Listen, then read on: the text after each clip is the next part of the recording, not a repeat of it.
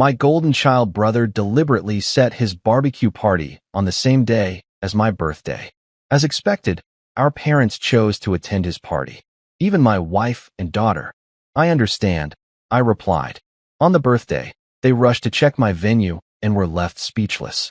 Because my name's Henry Blake, and I swear I didn't do anything in a past life to deserve this family. I've seen petty, I've seen dramatic, I've even seen my cousin fake an asthma attack to get out of splitting the dinner bill. But what my brother pulled this year, that was a masterclass in passive-aggressive family warfare. The kind of thing that should come with a diploma and a theme song. So here's how it went down. My 39th birthday. Yeah, that emotionally fragile age when you're one candle away from buying a sports car out of spite, was supposed to be a quiet day. Maybe dinner with my wife Nora, a few sarcastic texts from friends, and my teenage daughter Sophie pretending to like the socks I bought myself because no one else would. Instead, I woke up to the sound of my phone buzzing like it owed me money. It was a text from my brother, Kyle, the golden child, the family's human participation trophy. Yo bro, barbecue at my place next Saturday. Let's make it epic. I blinked. Next Saturday. My birthday. My birthday. I reread it just to make sure I wasn't hallucinating. Nope. There it was, in all its caps-locked glory. A full-blown backyard festival planned for the same day the universe had scheduled my personal celebration of existence. At first, I thought maybe he forgot. You know, the way people forget their passwords or basic empathy. So I called him. Hey, man, I said, doing my best to sound casual. You realize next Saturday's my birthday, right? Oh shoot, Kyle said, his voice fake surprised enough to win an Oscar. Total coincidence, bro. I already booked the smoker and invited everyone. But hey, we can celebrate you there too. Now, if you're new to sibling rivalry, that's like someone throwing their wedding on your anniversary and saying, but babe, we can toast to you during dessert. I laughed, that polite, fake kind of laugh people use when their soul is filing a complaint with HR. Oh, sure, Kyle. Totally fine. Awesome, bro. You're the best.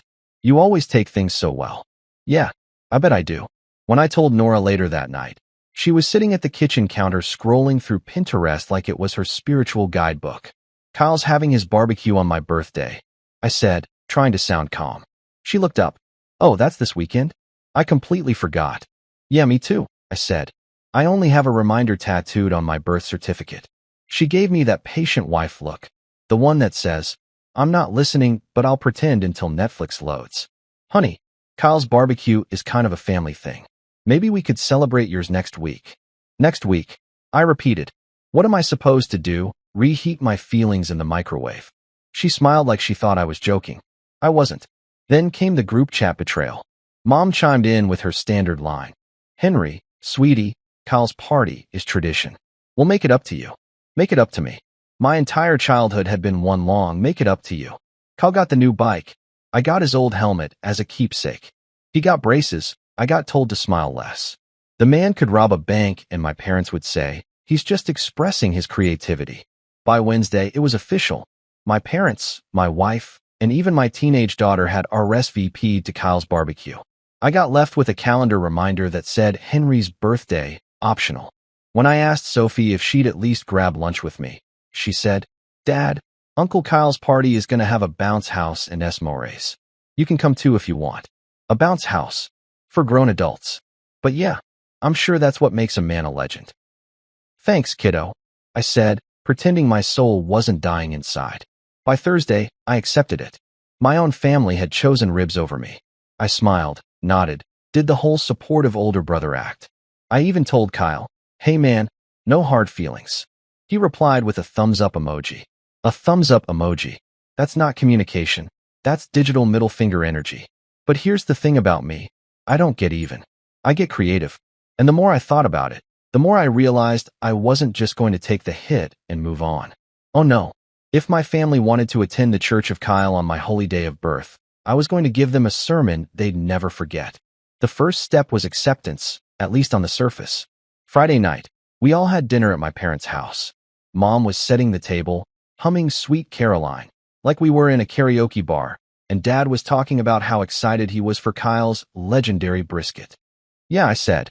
He must have learned everything he knows from watching YouTube videos between selfies. Mom gave me that look. The one that says, "Don't ruin this, Henry." I poured myself some wine and toasted silently to being invisible. Kyle walked in 20 minutes late, wearing sunglasses indoors and a shirt that said Grill Daddy. Because of course he did. He kissed Mom on the cheek, high-fived Dad, hugged Nora, and gave me that smirk people reserve for toddlers and losers. "Hey, big bro," he said. "Ready for the weekend?" "More than you know," I replied, and I meant it. See, by then, a small ember of revenge had started burning in my chest. I didn't know what form it would take yet, but I could feel it forming, something delicious, dramatic, and just the right amount of petty. Saturday morning, the day before my birthday, I decided to test how deep this favoritism ran. I called Mom and said, "Hey, I was thinking of maybe having a small get-together tomorrow, just close family." "Oh, honey," she said, "you know Kyle already planned his event. It'd be awkward to have two things at once." "Awkward," I said. "Right. Wouldn't want to confuse the guests with too many options, like love and loyalty." "What was that?" she asked. "Nothing, Mom. Just excited for the party." When I hung up, I caught my reflection in the mirror. The smirk staring back wasn't pretty. It was the smirk of a man plotting something borderline diabolical. Later that day, I ran into my neighbor, Mr. Dalton, retired firefighter, gossip king of the cul-de-sac, and unofficial judge of all backyard affairs. He asked if I was going to Kyle's Big Bash. "Wouldn't miss it," I said, "but I'm thinking of hosting my own next year." "Oh yeah," he said, leaning on his rake. "Gonna top your brother's?" I smiled. "Oh, I'll do more than that. I'll redefine the word barbecue." That night, I sat on my porch with a beer and my old college buddy Marcus on speakerphone. Marcus was one of those friends who could turn a church bake sale into a Las Vegas afterparty. He listened to my rant in silence until I finished. Then he said, "So, your brother hijacked your birthday. You know what you gotta do, right?" "What?" "Spike his sauce with hot pepper." "No, bro," he said. "You gotta outshine him. Host your own barbecue next year. Make it legendary. Like the Met Gala, but with more beer and fewer Kardashians." I chuckled. "You think?" "Think," Marcus said. "I know, but don't wait till next year. Do it now. Tomorrow. Make it your day." I nearly spit my drink. "Tomorrow? You mean while Kyle's party's happening?" "Exactly. Double booking, double drama. It's poetic justice with a side of ribs." At first, I laughed it off. But the more I thought about it, the more it sounded right. I mean, Kyle started this war. I was just choosing the battlefield. So I made a list. Venue? My backyard was too small, but I knew a guy who owed me a favor at the community park. Food. I'd call in every caterer I'd ever tipped. Entertainment? Marcus had connections. DJs, comedians, maybe even a magician who looked like he owed taxes. Guests? Anyone who'd ever smiled at me twice was getting an invite. By midnight, I had a vision. And maybe a little too much whiskey, but visions need fuel. The next morning, my actual birthday, I woke up to an empty house. Nora was already gone, probably frosting Kyle's cupcakes or adjusting his napkins by mood lighting. Sophie had left a note that said, "Love you, Dad. Can we celebrate next week?" Next week. Again. I sat there for a full minute, staring at that note like it was a breakup letter. Then I smiled. Because if no one wanted to celebrate me, I'd celebrate myself harder than anyone ever had. I grabbed my phone, called Marcus, and said, "Operation Comeback Barbecue is a go." He hooped so loud I think my neighbors called the cops. "Let's go." "Bro, this is about to be biblical." And that's how it started. The greatest, pettiest, most beautifully chaotic idea I'd ever had. While my family geared up for Kyle's annual ego parade, I was about to plan the kind of birthday that would make history. As I sat back with my coffee, I pictured it. The laughter, the lights, the look on their faces when they realized they'd chosen the wrong Blake to worship. For the first time all week, I didn't feel forgotten. I felt powerful. I felt dangerous. And maybe, just maybe, I felt a little hungry. Because nothing fuels revenge quite like the smell of smoked brisket and poetic justice marinating in the same sauce. If there's one thing I've learned from 39 years of being the other Blake, it's that my brother Kyle could set the house on fire, and Mom would ask if he needed more matches.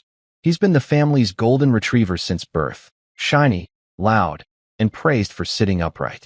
Meanwhile, I was the kid they used to test hand-me-downs on. Kyle got new sneakers with flashing lights. I got vintage charm. He got a phone at 12. I got his old pager because it builds character. Let me tell you, nothing builds character like explaining to your middle school crush why your text reply takes 3 business days. Mom likes to say Kyle's special because he has the gift of charisma. I call it the curse of volume. You ever meet someone who talks like a TED Talk with sound effects? That's Kyle. He can walk into a room, say something dumb like, "Let's make it happen, people," and everyone suddenly forgets he's unemployed half the time. He runs what he calls a consulting business, which is corporate speak for owns a laptop and confidence. He makes PowerPoints for people who actually have ideas, and somehow he's still the family's pride and joy. When he sneezes, Mom brings soup.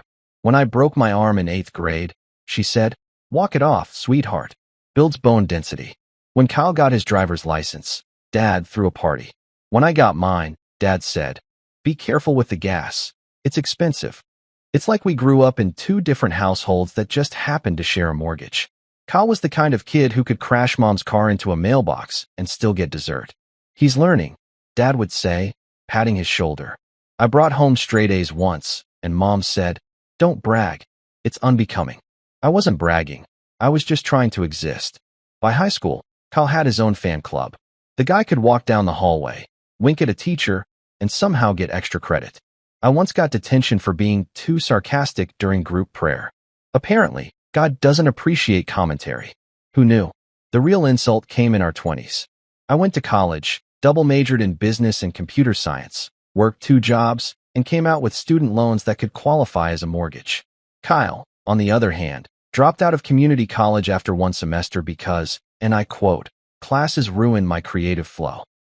2 years later, he shows up at Thanksgiving announcing he's launching his brand. What brand? No one knew. But Mom and Dad clapped like he just discovered fire. "Henry," Dad said, "you should take notes from your brother. He's following his passion." "Yeah," I said. "I'll write that down right after I pay my rent and file my taxes. Those passion killers." It didn't matter. Kyle was untouchable. The man could put glitter in a jar, call it motivational stardust, and Mom would buy it for $19.99.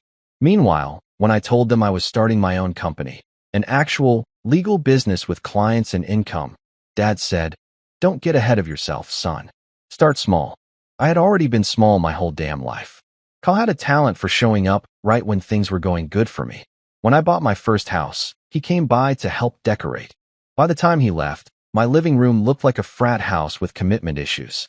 When Nora and I got married, Kyle gave a speech that started with, "I never thought Henry would find someone to tolerate him." People laughed. Even my new in-laws laughed. And me? I just stood there smiling like a hostage because apparently humor was his gift and tolerance was mine. Now, before you think I'm exaggerating, let me paint you a picture. Kyle's got this grin, wide, toothy, like he's auditioning for a toothpaste commercial that no one asked for. He's 34, but dresses like a 25-year-old YouTuber who reviews protein shakes for a living. And somehow, despite all that, people love him. He could charm a traffic cop out of a ticket.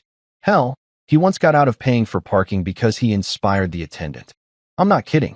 The man told a story about overcoming adversity while driving a Tesla he didn't even own. Meanwhile, I'm the dependable one. The guy who files taxes early, remembers birthdays, and replaces the batteries in the smoke detector before it beeps. I'm the reason the family group chat exists, but do I get credit? No.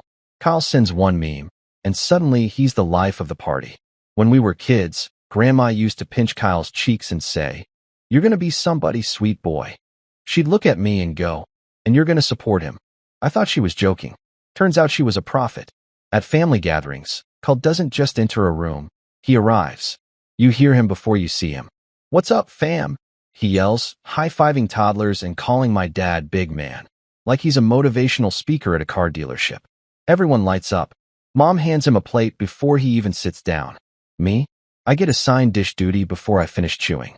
Once, when I was 12, Kyle convinced me to trade my allowance for his investment opportunity. He said he was starting a lemonade stand empire. I gave him $20. He bought candy with it. When I complained, Mom said, "Henry, don't be selfish. Your brother's learning entrepreneurship."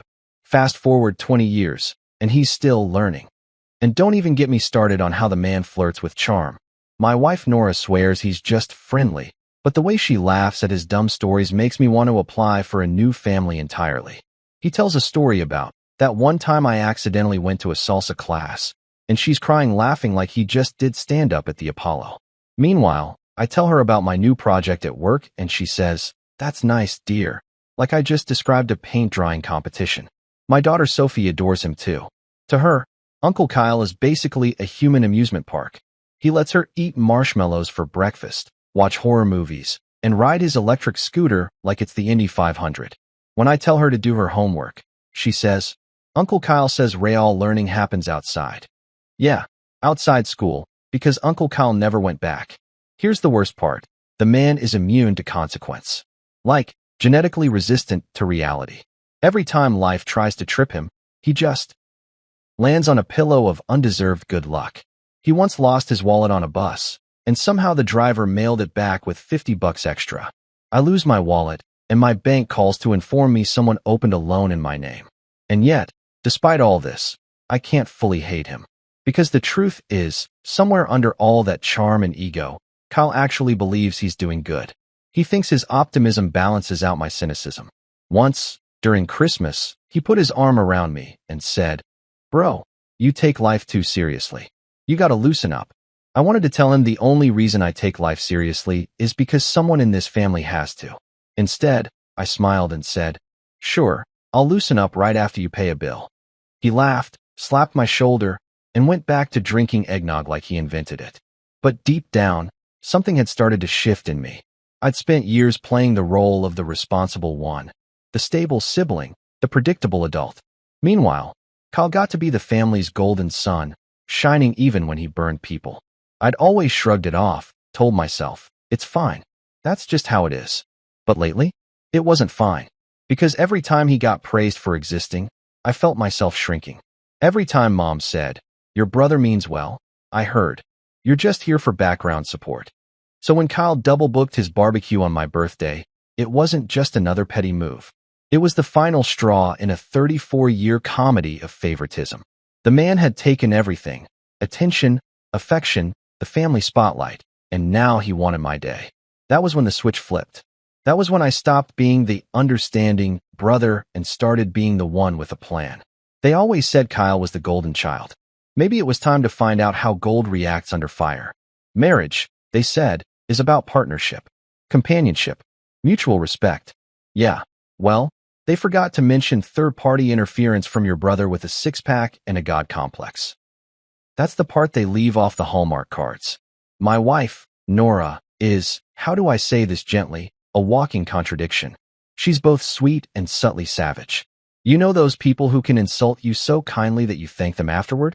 That's her. And to be fair, she's a good woman. Beautiful, smart, grounded, until Kyle walks into the room. Then suddenly, she's a contestant on America's Got Compliments. He cracks a joke, something recycled from 2003, like, remember when Henry tried to fix the grill and almost burned down the deck? And she laughs so hard I swear she forgets who actually pays the mortgage. The worst part? I've heard those jokes my whole life. I know every punchline before it leaves his smug mouth, but she acts like it's primetime comedy. One night, I tested it. Kyle called during dinner. She put him on speaker. He goes, "Hey sis-in-law, what's cooking?" And Nora, without missing a beat, goes, "Not Henry's cooking, that's for sure." I looked at her like she'd just thrown a dart through my dignity. She winked and said, "Oh, relax, it's a joke." Sure, a joke that keeps coming back like bad credit. And then there's my daughter, Sophie, 14, going on TikTok famous. That kid loves her Uncle Kyle more than she loves Wi-Fi. He lets her get away with everything. Candy for breakfast? Sure. Stay up past midnight? Absolutely. Watch an R-rated movie as life education? Of course. Meanwhile, when I tell her no, she rolls her eyes and says, "Uncle Kyle says rules are just suggestions." Oh, really? Well, Uncle Kyle also says his consulting firm is doing great, but I haven't seen him consult anything other than his reflection. It started small, the favoritism, the laughter, the way Nora would light up when Kyle came around. But small things add up, you know? One day you're just mildly annoyed, and the next, you're Googling how to get adopted by a different family. I tried to tell Nora once that her excitement around him was a bit much. She said, "Oh, Henry, don't be jealous. He's your brother." Jealous? Of what? The man still calls Mom to do his laundry. Things escalated 2 weeks before my birthday, when I first mentioned celebrating it. We were lying in bed, and I said, maybe this year we do something chill. Dinner, movie, maybe the lake. Nora nodded absently, scrolling through her phone. Sounds nice, she murmured. I should have known that was wife code for, I didn't hear a single word you said. Because the next day, Kyle called her directly, her, not me, and said, hey, Nora, you guys coming to my barbecue on the 12th? And she said, of course. Wouldn't miss it. When she told me, she looked genuinely confused why my face went from calm to plotting arson in my mind. Henry, she said, Kyle already invited everyone. Can't you just pop by? Pop by. To my brother's house. On my own birthday. That's like inviting your ex to your engagement party, for closure. I smiled. Tight, polite, serial killer level calm. And said, sure, honey. Sounds fun. Inside, though, my brain was throwing a full-blown fireworks show labeled emotional damage. I thought maybe Sophie would be on my side. Rookie mistake. I asked her if she wanted to hang out that day, maybe get burgers or see a movie. She said, Dad, Uncle Kyle's barbecue is like the event of the year. We can celebrate you next weekend. Next weekend. It's like everyone in my house suddenly got a group discount on disrespect. Even my own parents weren't subtle. Mom called me saying, Sweetie, Kyle's party's going to be big this year. Why don't you come too? We'll make sure to sing you a little happy birthday while we're there. A little happy birthday. Like a discount version from the clearance bin. That night, while Nora was painting her nails and humming like she lived in a detergent commercial, I asked her, you really don't see how weird this is? She glanced up. What's weird? That everyone's going to Kyle's party instead of celebrating my birthday? She shrugged. Henry, don't make this a competition. Who said it's a competition? You're acting like it. Oh, the irony. The same people who create the competition are always the first to accuse you of keeping score. I tried to let it go. Tried to be the mature husband. But then came the dinner that nearly broke me. The Friday before my birthday, Kyle invited us to a small pre-barbecue taste test. Basically, a chance for him to show off his smoker and make everyone tell him he's a culinary genius. I didn't want to go, but Nora said, it'll be fun. Family bonding. That phrase should be banned by law. So there we were, sitting in Kyle's backyard. Him wearing an apron that said King of the Grill, Master of the Universe. Mom fanning herself like he was giving a TED Talk on ribs, and Nora laughing like she'd just inhaled helium. He handed her a plate and said, be careful, it's hot. Just like you, sis-in-law. I dropped my fork. She blushed. My dad chuckled. I seriously considered tossing myself into the smoker just to end it all. After dinner, Kyle started showing everyone a slideshow on his outdoor TV, photos of last year's barbecue. It was basically a highlight reel of him flipping meat and flexing his biceps. Nora clapped at one of the pictures. Sophie yelled, Uncle Kyle, you're so cool. I said, yeah, he's definitely the Gordon Ramsay of reheating frozen wings. No one laughed. Not even the crickets. When we got home, I told Nora, you know, it's wild how your husband disappears the second Kyle starts talking. She sighed. Oh, come on, Henry. Don't be insecure. Insecure? Lady, I'm not insecure. I'm insulted. There's a difference. The next morning, I overheard her on the phone with her sister. She said, I just wish Henry were more like Kyle sometimes, so laid back, you know?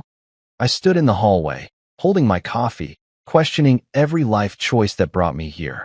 When she hung up, I walked in and said, just curious, am I competing for your attention or a reality show slot? She looked startled. Were you eavesdropping? No, I said. I just have excellent hearing for betrayal. Things stayed tense after that. She tried to make peace by cooking my favorite dinner that night, meatloaf, but it came out dry. Symbolic, really. Our whole marriage was starting to feel like overcooked meatloaf. Technically intact, emotionally crumbly. Later, as we sat on the couch, she said, you know, you could make an effort to get along better with Kyle. I laughed. Nora, I invented effort. I've been getting along with him since before you knew how to spell compromise. She rolled her eyes. He's your brother. Exactly. That's the problem. Why do you always make it a rivalry? Because everyone else made it worship. That shut her up for a minute. She went back to scrolling Instagram, probably liking one of Kyle's posts captioned, Rise and Grind. I tried to cool off, went for a drive, even blasted old rock songs like a man reclaiming his youth. But the whole time, that phrase pop by echoed in my head, like my existence was a side quest in my own story. By the time I got home, I had a decision. If my birthday was going to be overshadowed by Kyle's barbecue, then fine. Let them have it. I play the nice guy. But deep down, I was done being the background character in the church of Kyle. That night, Nora asked if I was okay. I smiled. Yeah, I'm fine. She kissed my cheek and said, "You're such a good sport." And in that moment, I realized something terrifying. I wasn't being a good sport. I was being benched in my own life. So while she drifted off to sleep, I lay there staring at the ceiling fan, listening to it spin like the wheel of fate, and whispered to myself, "All right, Henry. They want Kyle's party to be the main event. Let's give them a reason to remember it." I didn't know it yet, but that was the exact second karma clocked in for overtime. Revenge doesn't always arrive like a lightning bolt. Sometimes, it comes disguised as a six-pack and a late-night pity party on your porch. That's exactly how it started for me. Beer in hand, bruised ego on full display, and a mosquito biting my calf like it was auditioning for Survivor, Backyard Edition. I just spent the day watching my wife and daughter pack up for my brother's big barbecue like it was the royal wedding, while I sat at home feeling like the forgotten middle child of the apocalypse. I was halfway through my third beer when it hit me. Not enlightenment, not grace, but something far more useful. Pettiness. Pure, unfiltered, grade A pettiness. The kind that fuels great art, bad tattoos, and most exes' Instagram captions. I grabbed my phone and texted the only man I knew who wouldn't talk me out of this, Marcus. Now, Marcus has been my best friend since college. He's the kind of guy who owns 3 Blazers, no job titles, and somehow plans events for celebrities who can't spell budget. He once turned a divorce party into a charity gala and made the ex-husband donate just to save face. The man was a legend in chaos management. "Yo," I texted. "You ever plan something petty?" "Define petty," he replied. "Like, ruin my brother's day petty." 10 seconds later, my phone rang. "Bro," Marcus said, his voice buzzing with excitement. "You're finally speaking my love language." I explained the situation. How Kyle had scheduled his annual ego convention on my birthday, how the entire family had RSVP'd to his temple of self-praise, and how I was tired of being the unpaid understudy in the musical called The Golden Child and Friends. Marcus listened silently. Then he said, "We're not throwing a party. We're throwing an experience." That's when I knew things were about to get biblical. We met the next morning at a diner, because all dangerous ideas begin over bacon and bad coffee. Marcus showed up in sunglasses like we were about to rob the place. He slid into the booth and said, "Okay, hit me with your vision." "My vision," I said, "is everyone realizing I'm the fun Blake. I don't just want to match his barbecue. I want to make his look like a sad potluck hosted by regret." Marcus smirked. "We can work with that." "Venue? I don't know. My backyard." He nearly spit out his coffee. "No, man. We're going bigger. If you're going to dethrone the golden child, you can't do it on a patio with a leaky hose. You need spectacle. I'm thinking Lakeside Park. Music, lighting, food trucks, a drone show spelling your name in the sky." I blinked. "Hey, what? Come on, bro. You're not just Henry Blake, overlooked sibling. You're Henry Blake, main event. This isn't revenge, it's rebranding." I laughed. "Marcus, I just want ribs and a point to prove, not a Coachella set list." He waved me off. "You think small, you get small results. Trust me, when people see what we're planning, they'll never think of Kyle's barbecue the same way again." By the time our waitress dropped the check, we drafted something that looked less like a birthday party and more like the opening ceremony of the Olympics. A live band, open bar, inflatable games, a comedian, and maybe a dunk tank with Kyle's face printed on it. "Too much?" I asked. "Never," Marcus said. "We'll call it Project Reclaim the Flame." I grinned. "I like it. It sounds dramatic and slightly illegal." We spent the next few days executing the plan like undercover agents in flip-flops. Marcus had a cousin who ran a catering company, a friend who managed sound for local concerts, and a contact who rented food trucks. Within 48 hours, I had a lineup of vendors texting me things like, "Hey man, how many pounds of pulled pork we talking?" I didn't know what half of it cost, and I didn't care. This wasn't about money anymore. This was about poetic justice, served medium rare. Marcus handled logistics like he'd been waiting his whole life for this moment. I already booked the venue, he said one night. Lakeside Park. Scenic, spacious, perfect for fireworks. Fireworks. Yeah, I figured we could do a finale that spells out something classy like Happy Birthday, Henry. Or, who's the golden child now? I almost choked on my beer. That's too much. He grinned. I'll take that as a maybe. Meanwhile, I started assembling my guest list. Coworkers who owed me favors, neighbors who complained about Kyle's loud music, college friends who still owed me beer money. They all got an invite. I even added my boss, partly for the social clout and partly because he once said, "You're too quiet, Henry." Oh, I'd show him quiet. For days, I couldn't stop smiling. It felt like teenage rebellion reborn in middle age. Nora, of course, had no idea. Every night she'd come home from work and talk about Kyle's amazing barbecue setup. He's even getting live music this year, she said one evening. Wow, I said, trying not to smirk. How original. She shot me a look. You sound bitter. Oh no, honey. I'm marinating. Marcus and I worked like maniacs.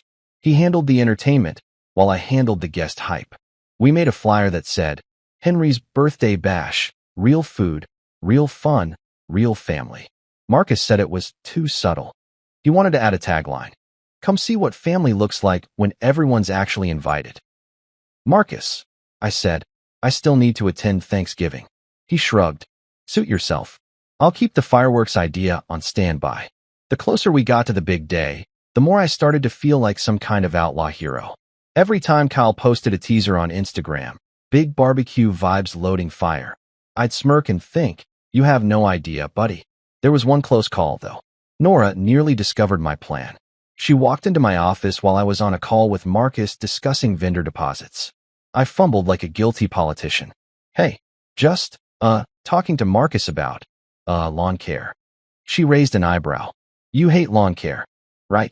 That's why I'm outsourcing it. She shrugged and walked out, but I could tell she was suspicious. I had to play it cool for the rest of the week, pretending to care about Kyle's big day while secretly orchestrating his social demolition. By Friday, everything was locked in. Marcus even pulled some miracle and got a local comedian named Rico Vale to perform. The guy was known for roasting audience members, literally roasting. It's perfect, Marcus said. We'll end the night with the roast of the golden child. I laughed so hard I nearly cried. You're insane. I prefer visionary, he said. That night, I sat on my porch again, same spot, different energy. I looked at the sky, thinking about the irony of it all. My brother's entire life had been one long barbecue, sizzling with attention and smoke. But this time, I was taking the grill. I thought about my dad's proud smile whenever Kyle opened his mouth, about mom's blind praise, about Nora's laughter at his dumb jokes. I'd been the quiet one, the responsible one, the one who didn't rock the boat. But boats don't float forever when you're the only one rowing. Marcus texted me, "You ready for war?" I replied, I was born ready, but I had to wait for catering. The next morning, we met at the park to finalize the setup.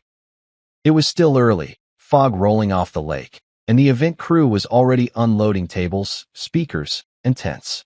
Marcus wore a headset and carried a clipboard like he was auditioning for The Bachelor, Event Edition. Bro, he said, pointing at the setup, this is not a barbecue. This is a legacy. As I stood there watching it come to life, the food trucks parking in perfect symmetry, the band tuning their guitars, the DJ testing the speakers, I felt something rare, satisfaction. Not joy, not pride, but that sweet, slow-burning satisfaction that only comes when karma finally checks her inbox. I didn't know who would show up yet. I didn't know how my family would react. But one thing was certain. This time, they'd remember my birthday. And maybe, just maybe, they'd remember who I really was. Not the overlooked brother, not the quiet one, not the dependable doormat. I was Henry Blake, and I was about to remind everyone that even the boring one can light a match when he's had enough. You ever send a message so polite it practically bleeds sarcasm? That was me the Monday before my birthday. I typed it carefully, like defusing a bomb made of passive-aggressive energy. Hey everyone, I'll be celebrating my birthday on the 12th. You're all invited if you're free. Sweet. Simple. Non-confrontational. The kind of text that says, I'm emotionally stable, even though I was one seen at 2:14 p.m. away from losing it. I sent it to the family group chat. Mom, Dad, Kyle, Nora, and Sophie, Because nothing says modern love like a shared space where you can watch your relatives ignore you in real time. Then I waited. 1 minute. Nothing. 5 minutes. Nothing. 20 minutes. Mom was active, typing something, and then she stopped. No message. Probably overthinking the right way to tell me she was washing Kyle's tongs that day. An hour passed. I refreshed the chat like a man trying to summon dignity through Wi-Fi. Still no reply. Then it happened. A notification popped up. Ding. My heart leapt. It was Kyle. He posted, "Barbecue bash fire same day, same vibe, same love. Everyone welcome." In the same group chat. My group chat. The digital space I had just used to invite these people to my own birthday. Within seconds, it was like watching a wildfire spread through a pile of dry approval. "Mom, can't wait, sweetie. Dad, got the cooler ready. Aunt Lisa, we're bringing your favorite dip." Even my teenage daughter hit him with a fire emoji. You know what I got? Nothing. Not even a pity reaction. Not a thumbs up. Not a maybe next time. Just the silence of betrayal wrapped in family data. I stared at my phone, feeling like a background character in my own life story. And then, like a final twist of the knife, Nora reacted to Kyle's post with a laughing emoji. A laughing emoji. On the day I invited her to my birthday. I put the phone down before I did something impulsive, like delete my family. I took a deep breath and said to myself, "Okay, Henry, they chose violence. You'll choose catering." Later that evening, Nora walked in all casual, humming like a woman who hadn't just crushed her husband's soul via emoji. "So," she said, "Kyle's party's gonna be huge this year. He's even got a live DJ. Isn't that fun?" "Fun," I repeated, nodding like a man on the edge of a Netflix true crime special. "Yeah, fun's one word for it." She tilted her head. "You're not mad, are you?" "Mad?" "No," I said, smiling. "I'm enlightened." Because in that moment, I realized something powerful. Indifference is their language, but success is mine. And I was about to become fluent. That night, I called Marcus. He answered on the first ring. "Tell me someone broke a grill." "Worse," I said. "They ignored my invitation." He whistled. "Oof. Group chat betrayal. That's sacred ground, bro. You ready to nuke their notifications?" "Beyond ready," I said. "Then let's double down," Marcus replied, cracking his knuckles like a general before battle. "We're going full production. I've already confirmed the food trucks, the band, and the lighting guy. You want me to add a photo booth?" "Absolutely," I said. "And make sure the backdrop says something subtle like, 'Real family, real party.'" He laughed. "Oh, I love when you get petty." "Petty," I said. "Marcus, this is performance art." We spent the next 2 hours finalizing the details. Marcus had ideas that ranged from genius to potentially lawsuit-worthy. We could hire someone to dress up as a golden statue and call it the Golden Child exhibit. People can take photos next to it. Tempting, I said, but I still have to sit at the same Thanksgiving table as these people. Fine, he sighed. But can we at least print his face on the drink koozies? I didn't say no. By midnight, the plan was perfect. I texted Marcus a simple message before bed. "Tomorrow, we rise." The next morning, I woke up to the same group chat pinging again. Kyle had sent another message. "Update, everyone. Got a sponsorship from Brewski's Beer for the barbecue. Free drinks for all." The replies flooded in like a love tsunami. "Mom, oh my goodness, Kyle. You're so resourceful." "Dad, proud of you, son." "Resourceful? Proud." I invented resourcefulness in this family. When Dad's car broke down, who rebuilt the starter using YouTube and pure desperation? Me. When Mom's Wi-Fi went out, who fixed it while Kyle stood behind her saying, "Try rebooting?" Me. But sure, let's all raise a glass to the man who negotiated free beer. That night, I went full stealth mode. While Nora was watching some reality dating show that made my IQ drop by the minute, I quietly sent out my real invites, emails, texts, even some old-fashioned phone calls for the older crowd. My pitch was simple. "Hey, it's Henry. I'm hosting something special on the 12th at Lakeside Park. You'll want to be there." I didn't mention Kyle. Didn't need to. Mystery sells better than guilt trips. By Wednesday, the RSVPs started rolling in. Coworkers, neighbors, a few old college friends, even my boss. One texted, "Heard this is the event of the year. Can I bring my wife?" I replied, "Bring your accountant too. I might need him by Monday." Meanwhile, My family continued fawning over Kyle like he was the human embodiment of success. My mom even sent a reminder in the chat. Everyone remembers sunscreen for Saturday. Kyle's parties always get so much sun. I couldn't resist. I replied, noted. No one reacted. At this point, it wasn't even anger. It was scientific curiosity. How far could their ignorance go before it looped back around to comedy? On Friday night, Nora noticed me unusually calm. She said, "You seem relaxed." "I am," I said. "I finally understand everything." She smiled, relieved. "Good. I'm glad you're not still hung up on that party thing." I poured myself a whiskey, smiled, and said, "Oh, I'm definitely not hung up." Because why should I be? They'd already RSVP'd to humiliation, they just didn't know it yet. Later that night, Sophie came into my office wearing a Kyle's BBQ t-shirt. "Yes, my brother made merch." She twirled and said, "Isn't it cool? Uncle Kyle gave me this early." I smiled and said, "It's perfect, sweetheart. Wear it while you can." "Why?" "Because after Saturday, they might be collector's items." She laughed, thinking I was joking. Kids always underestimate how funny revenge can be. Before bed, I checked the guest list one last time. It was bigger than I expected. Marcus had over-delivered. There were food trucks for tacos, barbecue, desserts, and even a mobile barista. A live band, a comedian, and a local news guy who owed Marcus a favor were confirmed to show up for community coverage. When I saw the draft of the press release Marcus sent, I nearly spit out my drink. Local entrepreneur Henry Blake celebrates birthday with record-breaking community event at Lakeside Park. Entrepreneur. That word alone would make Dad's blood pressure spike. He'd spent decades pretending Kyle's consulting business was the next Apple, while I quietly built a company that actually paid taxes.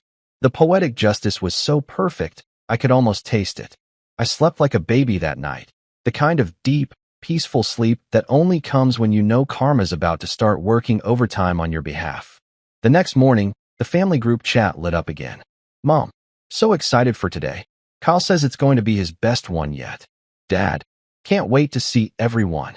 Even Nora texted, "Heading out now? Don't wait up." I typed back, "Wouldn't dream of it."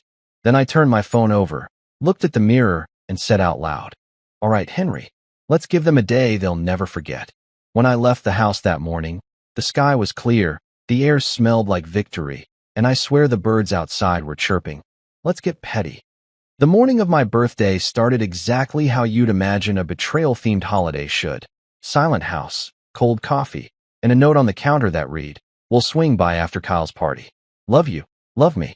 Like that sticky kind of love you say to your Amazon driver when they drop your package on time. I stared at that note for a full 30 seconds before laughing. One of those deep, unsettling laughs that probably made the toaster nervous. Because here's the thing, I wasn't sad anymore. I was ready. The kind of calm that happens before a tornado touches down. I poured myself another coffee, put on my best nonchalant billionaire outfit, dark jeans, crisp shirt, sunglasses, and whispered to the mirror, "Let's get theatrical." By noon, Marcus pulled into my driveway with a grin so big it could have powered a small town. He stepped out wearing a headset and holding a clipboard, looking like an underpaid movie director. "Birthday boy," he yelled. "You ready for war?" "War," I said, locking my door behind me. No. Wars are messy. This is performance justice." "Whatever you call it," he said. "Just know it's beautiful. The setup's insane." We drove out to Lakeside Park, and when I saw it, I almost teared up. Almost. Because real men don't cry. They just sniff dramatically and blame it on pollen. The entire area had been transformed into something out of a high-budget summer festival. Food trucks lined the edge of the lake, each one smelling better than the last. Tacos, barbecue, burgers, even a dessert truck shaped like a donut. A live band was setting up under a white canopy, tuning guitars while the drummer tested beats that made my soul vibrate. Marcus had banners strung between the trees. "Happy birthday, Henry. Good vibes, great food, real family." Real family. That tagline alone could have sent my brother into cardiac arrest. I turned to Marcus. "You did this in 3 days?" He smirked. Never underestimate what caffeine, debt, and revenge can accomplish. People started showing up earlier than I expected. Coworkers, neighbors, even my boss, who walked in wearing aviators like he'd just stepped off a yacht. Heard this is the event of the year, he said, handing me a gift bag. Oh, just a little get-together, I replied, smiling like a man who definitely spent 5 figures proving a point. By 2 o'clock, the park looked like a movie set. Kids ran around playing cornhole. The smell of ribs filled the air, and the band's lead singer crooned classic rock songs that made everyone feel like they still had hairlines. People laughed, clinked drinks, and danced under the open sky. For once, I wasn't the quiet guy in the corner. I was the main character. Marcus strutted up to me with 2 beers. You see this, my man? This is legacy-level stuff. You're not just throwing a party. You're rewriting family history. I raised my bottle. To rewriting. We toasted, and I swear the beer tasted like victory and smoked brisket. Around 3 p.m., the comedian arrived, a guy named Rico Vale, with energy levels that made Red Bull look lazy. He shook my hand. Heard your family ditched you for your brother's barbecue? Yup. Perfect, he said. Tragedy makes great material. Marcus whispered. He's gonna roast everyone. Even you. Good, I said. Let the healing begin. The guests kept pouring in. Old college friends, clients, a few people I didn't even remember inviting, but who claimed they heard about it from someone who heard about it. Apparently, Marcus had turned my birthday into the social event of the summer. Even the mayor's assistant showed up. The mayor's assistant. Meanwhile, my brother was probably still flipping burgers and talking about his consulting empire. At around 3:30, Marcus got a text and started laughing so hard he nearly spilled his drink. Bro, guess where the family is right now? I raised an eyebrow. Kyle's barbecue. Yup. And guess what? Someone just posted an Instagram story from there. Half the crowd already dipped. People are leaving mid-rib, man. Mid-rib. I grinned. The Great Migration has begun. He slapped my shoulder. Operation Reclaim the Flame is officially underway. By 4 o'clock, I couldn't stop smiling. I was shaking hands, hugging guests, getting compliments like, dude, this is better than any wedding I've been to. And you outdid yourself, Henry. Someone even said, this must have taken months to plan. I looked them dead in the eye and said, nah, just years of emotional neglect. Even the band was feeling the vibe. Between sets, they played a remix of We Are the Champions, and I swear I saw an old coworker tear up. Kids were jumping in the inflatable bounce castle Marcus rented. Adults were dancing by the lake, and one food truck owner came over to me and said, this crowd's a gold mine. Who's the genius behind this? I pointed at Marcus. That guy. Marcus waved dramatically. I'm just the architect. He's the story. Meanwhile, my phone buzzed nonstop, texts, missed calls, and a flood of notifications. But I wasn't checking them. Not yet. I wanted to enjoy the calm before the roast. The golden, delicious calm where victory simmered like barbecue sauce over a low flame. At 4:30, Rico, the comedian, hopped on stage for a sound check and called out, Yo, where's the birthday man? The crowd cheered. Someone shouted, Henry, you're a legend. Legend. A word no one in my family had ever associated with me unless I was telling them where the TV remote was. I walked up, waved to the crowd, and said, I don't have a speech. I just want to thank everyone who showed up.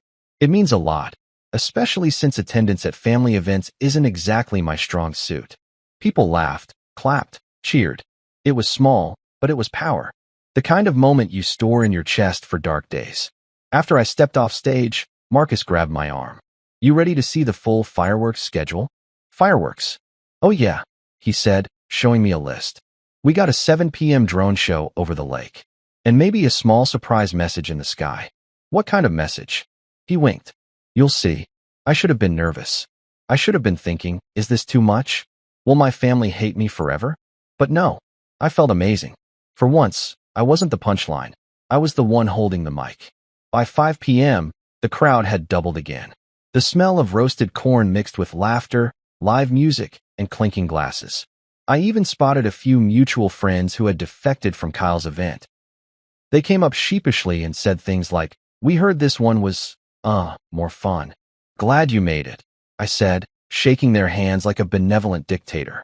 Grab a drink. Redemption's on tap. Marcus leaned over and whispered, I give it an hour before the family shows up. He was right, because at 5:47 on the dot, I got a text from Mom. Honey, are you still having that little thing at the park? We might stop by for a bit after Kyle's barbecue. I showed Marcus. He laughed so hard he had to walk away. I typed back, "Sure, Mom, if you can find parking." And then I waited. Because every good roast needs an audience, and mine was on its way. As the sun started dipping low over the water, the energy built. The band played their best set yet.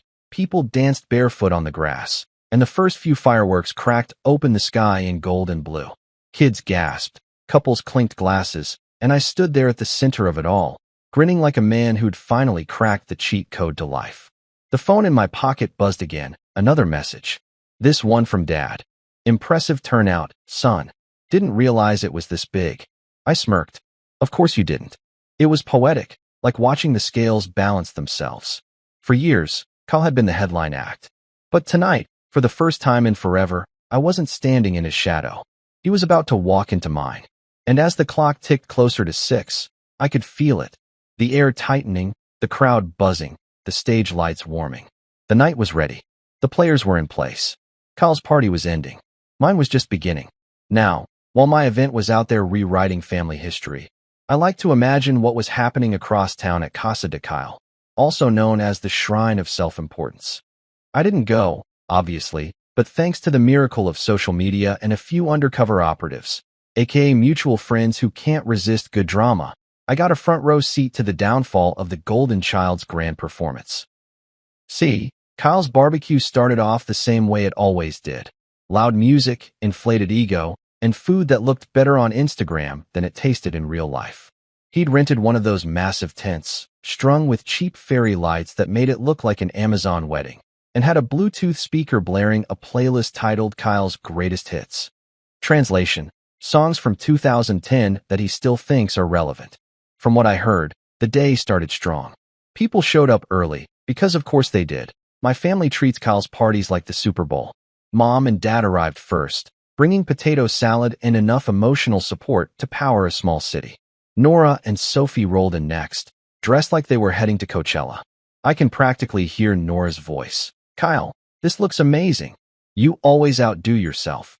Yeah, I bet it looked amazing for the first 20 minutes, before the universe decided to balance its karmic checkbook.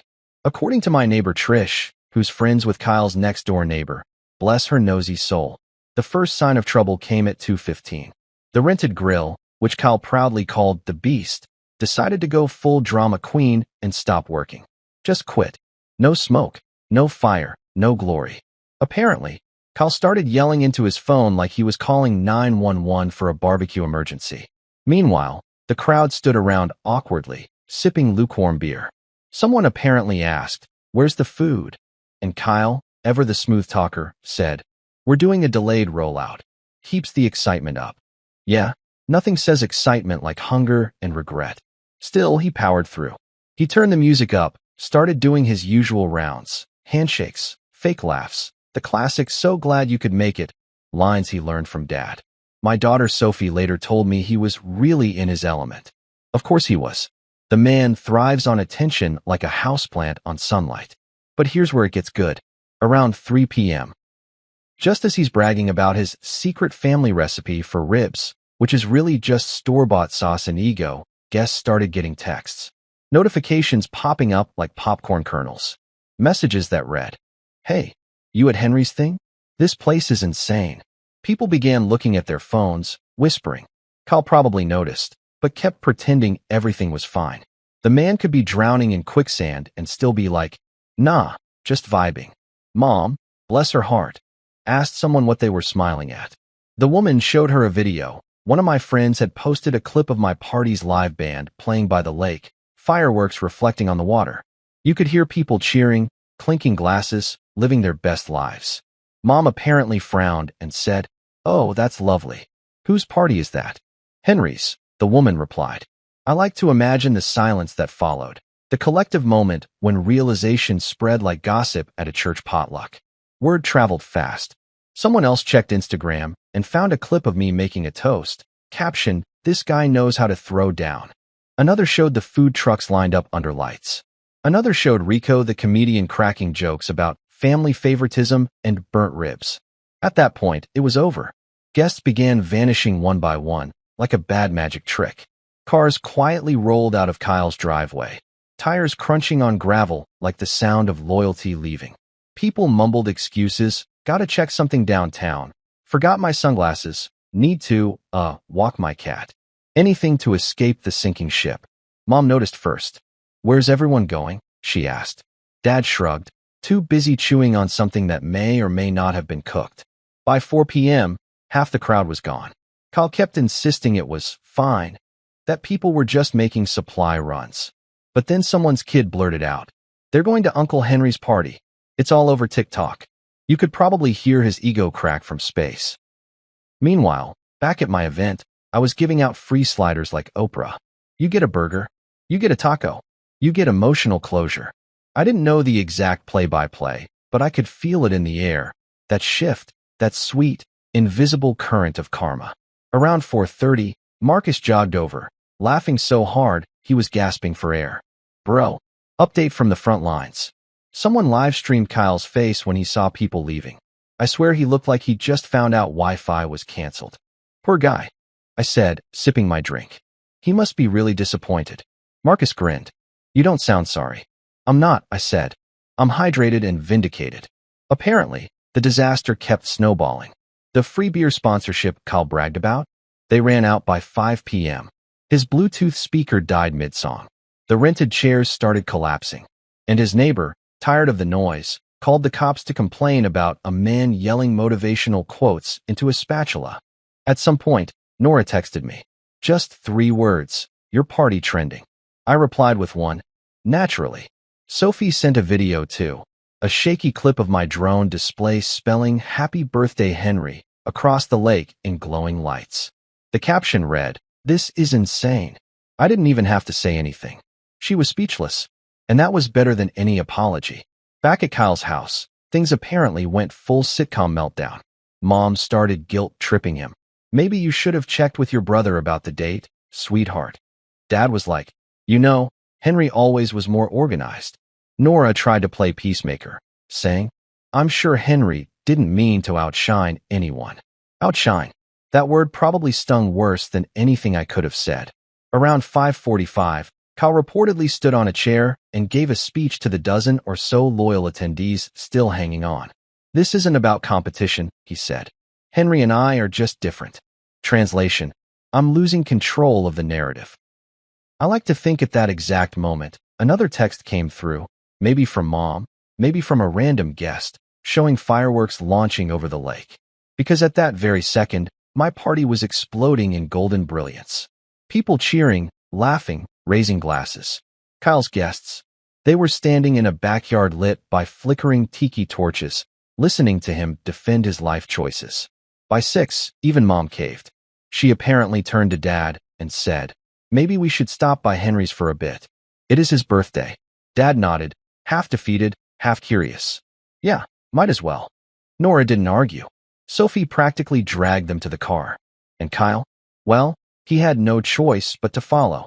The man couldn't stand the idea of anyone celebrating without him. So they packed up, loaded into their SUVs, and drove toward the sound of laughter and live music echoing over the lake. And me? I was mid-toast when I saw a line of headlights approaching down the park road. I didn't even need to check who it was. I could feel it. The air shifted, people turned, and whispers started spreading like, oh my God, that's his family. I took a long sip of my drink, grinned, and thought, showtime. Because in that moment, I wasn't nervous or bitter anymore. I was ready. Ready for them to see what happens when the quiet one finally gets a spotlight and a stage big enough for karma to perform. The Golden Child's barbecue had officially flatlined, and all roads now led to me. It was about 6 o'clock when the sun decided to make my party look like a movie set. The lake shimmered in gold. The band switched from chill blues to crowd-pleasing funk, and the smell of barbecue hung in the air like victory perfume. People were laughing, dancing, clinking glasses, and taking selfies under the big, glowing Happy Birthday Henry banner. If heaven had a VIP section for the underappreciated, I was already seated. Marcus came over holding 2 plastic cups of something neon. Bro, he said, I think this might be the peak of your life. How do you feel? Like I just got promoted by karma, I said, taking a sip. It tasted like liquid redemption and questionable sugar content. That's when I saw them. Headlights creeping down the gravel road toward the park entrance. 3 cars in a neat little parade of guilt. Even from a distance, I could recognize the silhouettes. Dad's SUV leading, followed by Nora's car, and then the unmistakable shine of Kyle's brand new truck, the one he financed through manifestation. Marcus noticed my grin. Incoming. Oh yeah, I said. The prodigal audience returns. He rubbed his hands together like a cartoon villain. Should I cue the dramatic music? Already playing, I said, nodding toward the band. They'd just started a cover of Ain't No Mountain High Enough. Perfect timing. The cars parked near the gate, and the doors opened like the start of a soap opera episode. Out stepped Mom in her floral church dress, Dad adjusting his hat like he was inspecting a crime scene, Nora frozen mid-jaw drop, and Sophie, sweet Sophie, looking around like she'd just discovered Disneyland. And then, of course, Kyle. My brother. The man, the myth, the canceled barbecue. He looked like someone had just unplugged his confidence mid-sentence.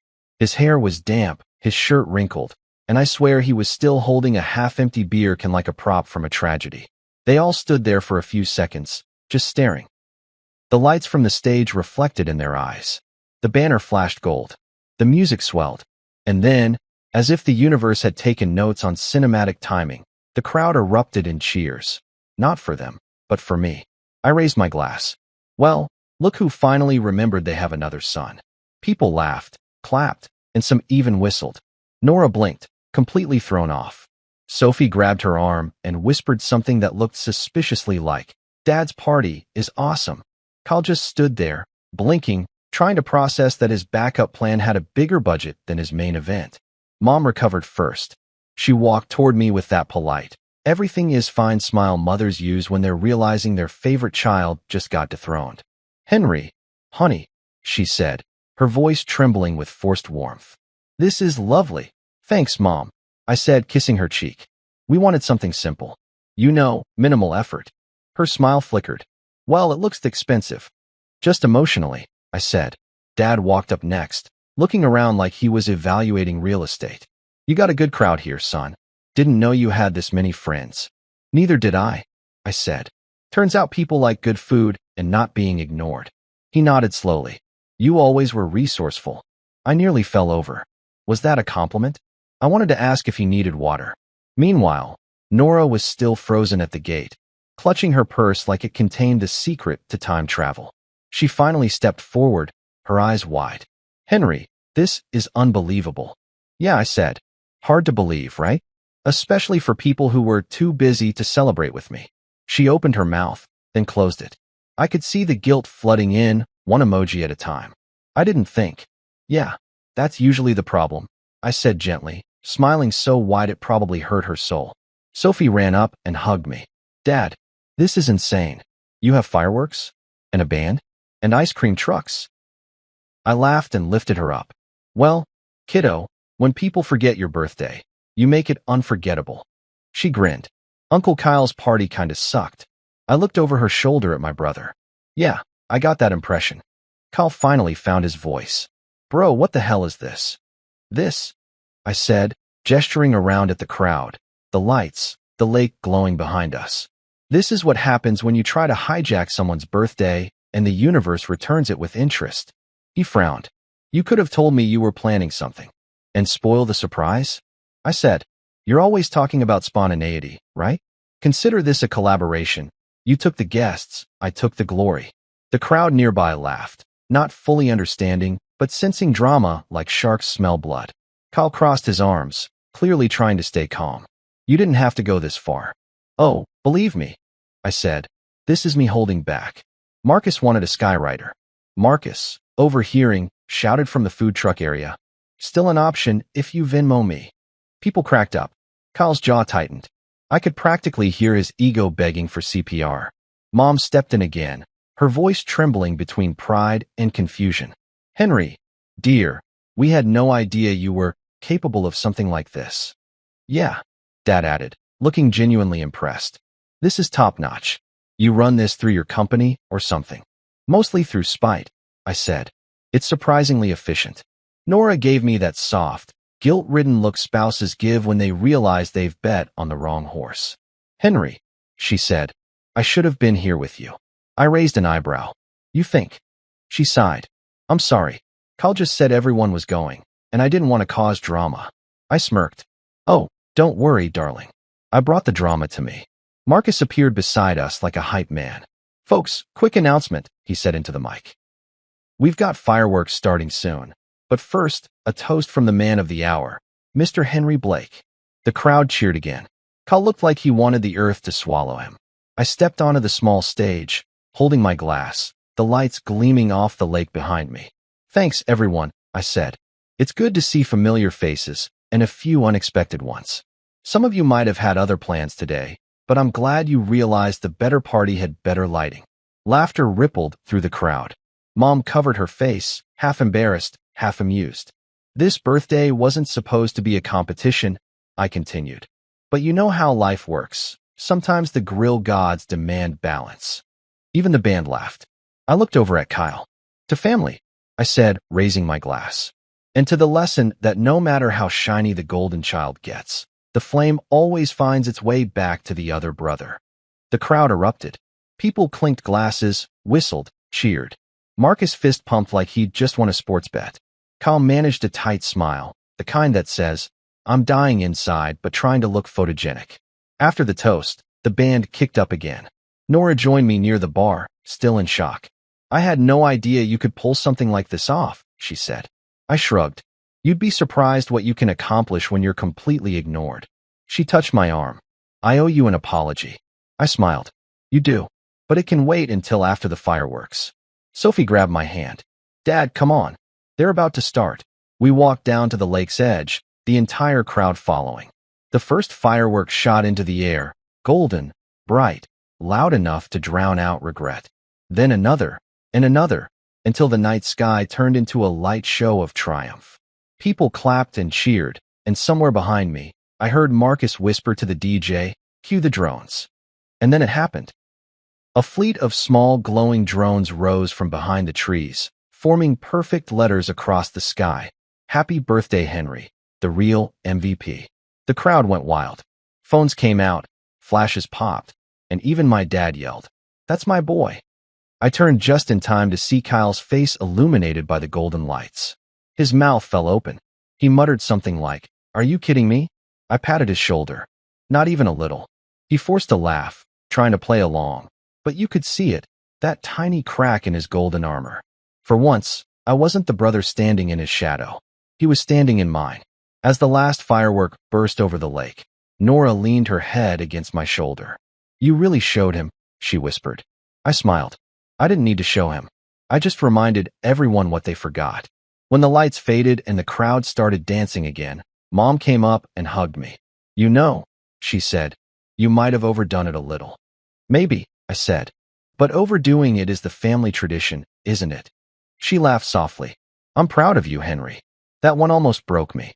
It took 39 years, one betrayal, and an absurd amount of brisket, but I finally heard it. Across the park, I saw Kyle walking toward his truck, shoulders slumped, ego smoking like a burnt rib. He paused, looked back once, then kept walking. I didn't chase him. I just raised my glass to the air and said quietly, Happy birthday to me. And for the first time in a long time, I meant it. You know that electric buzz that fills the air right before something unforgettable happens? That's what it felt like standing there by the lake, beer in hand, crowd still cheering, fireworks smoke drifting above the water like karma's perfume. The night had peaked, or so I thought, until Marcus took the mic. And that's when the show really began. Ladies and gentlemen, he announced, his voice booming over the speakers. Before we wrap up this glorious evening, we've got one final act. Please welcome the man who's about to turn family therapy into stand-up comedy, Rico Vale. The crowd roared. Rico, our hired comedian, strutted onto the stage wearing sunglasses and holding a mic like it owed him money. Give it up for Henry, everybody, he shouted. The man who threw a party so good it shut down his brother's ego. I nearly spat out my drink. The audience erupted. Even the band stopped mid-song just to laugh. I turned toward Marcus, who was standing offstage, smirking like the devil's event planner. You didn't, I mouthed. Oh, I did, he mouthed back. Rico walked to center stage and grinned. Now, before we get into the jokes, quick shout out to Kyle Blake, the family's favorite son, who had the courage to show up tonight after losing 70% of his guests to a better event. That takes heart. Or denial. Maybe both. The laughter that followed could have powered a small city. Kyle froze mid-sip. He gave one of those tight, public smiles, like a man who's been personally attacked but can't leave because there's cake. Rico kept going, unstoppable. Let's be honest, folks. Every family's got a golden child. Kyle's that guy who could spill coffee on the Pope and Mom would say, he's just passionate. Meanwhile, Henry could donate a kidney, and she'd go, did you iron your shirt first? Even I lost it. I was doubled over, laughing so hard my ribs hurt. Mom, on the other hand, was gripping her purse like she was about to perform an exorcism. Rico pointed at her.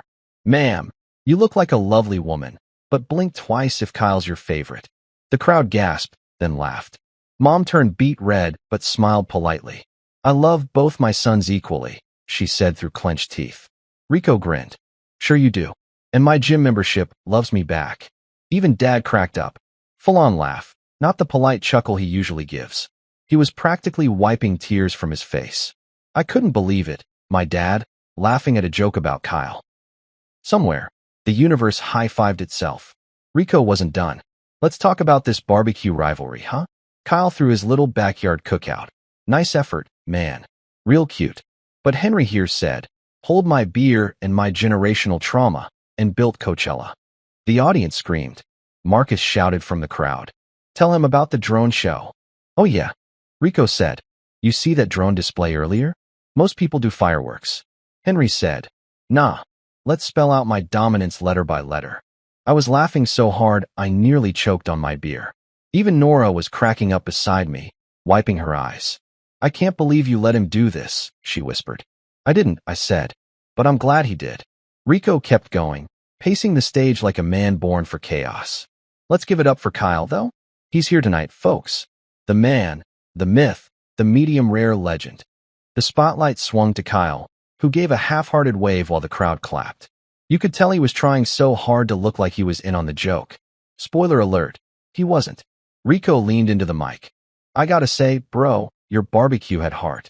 Sure, half your guests left, but at least the ribs stayed loyal. Probably because they were undercooked. The laughter hit like a tsunami. Even people who didn't know the backstory were howling. Kyle forced a laugh, glanced at Mom for support, but she was too busy pretending to check her phone. Then Rico turned toward me. And Henry, man, you're something else. You played this perfectly. You didn't argue. You didn't rant. You just waited, planned, and dropped the most legendary revenge party in suburban history.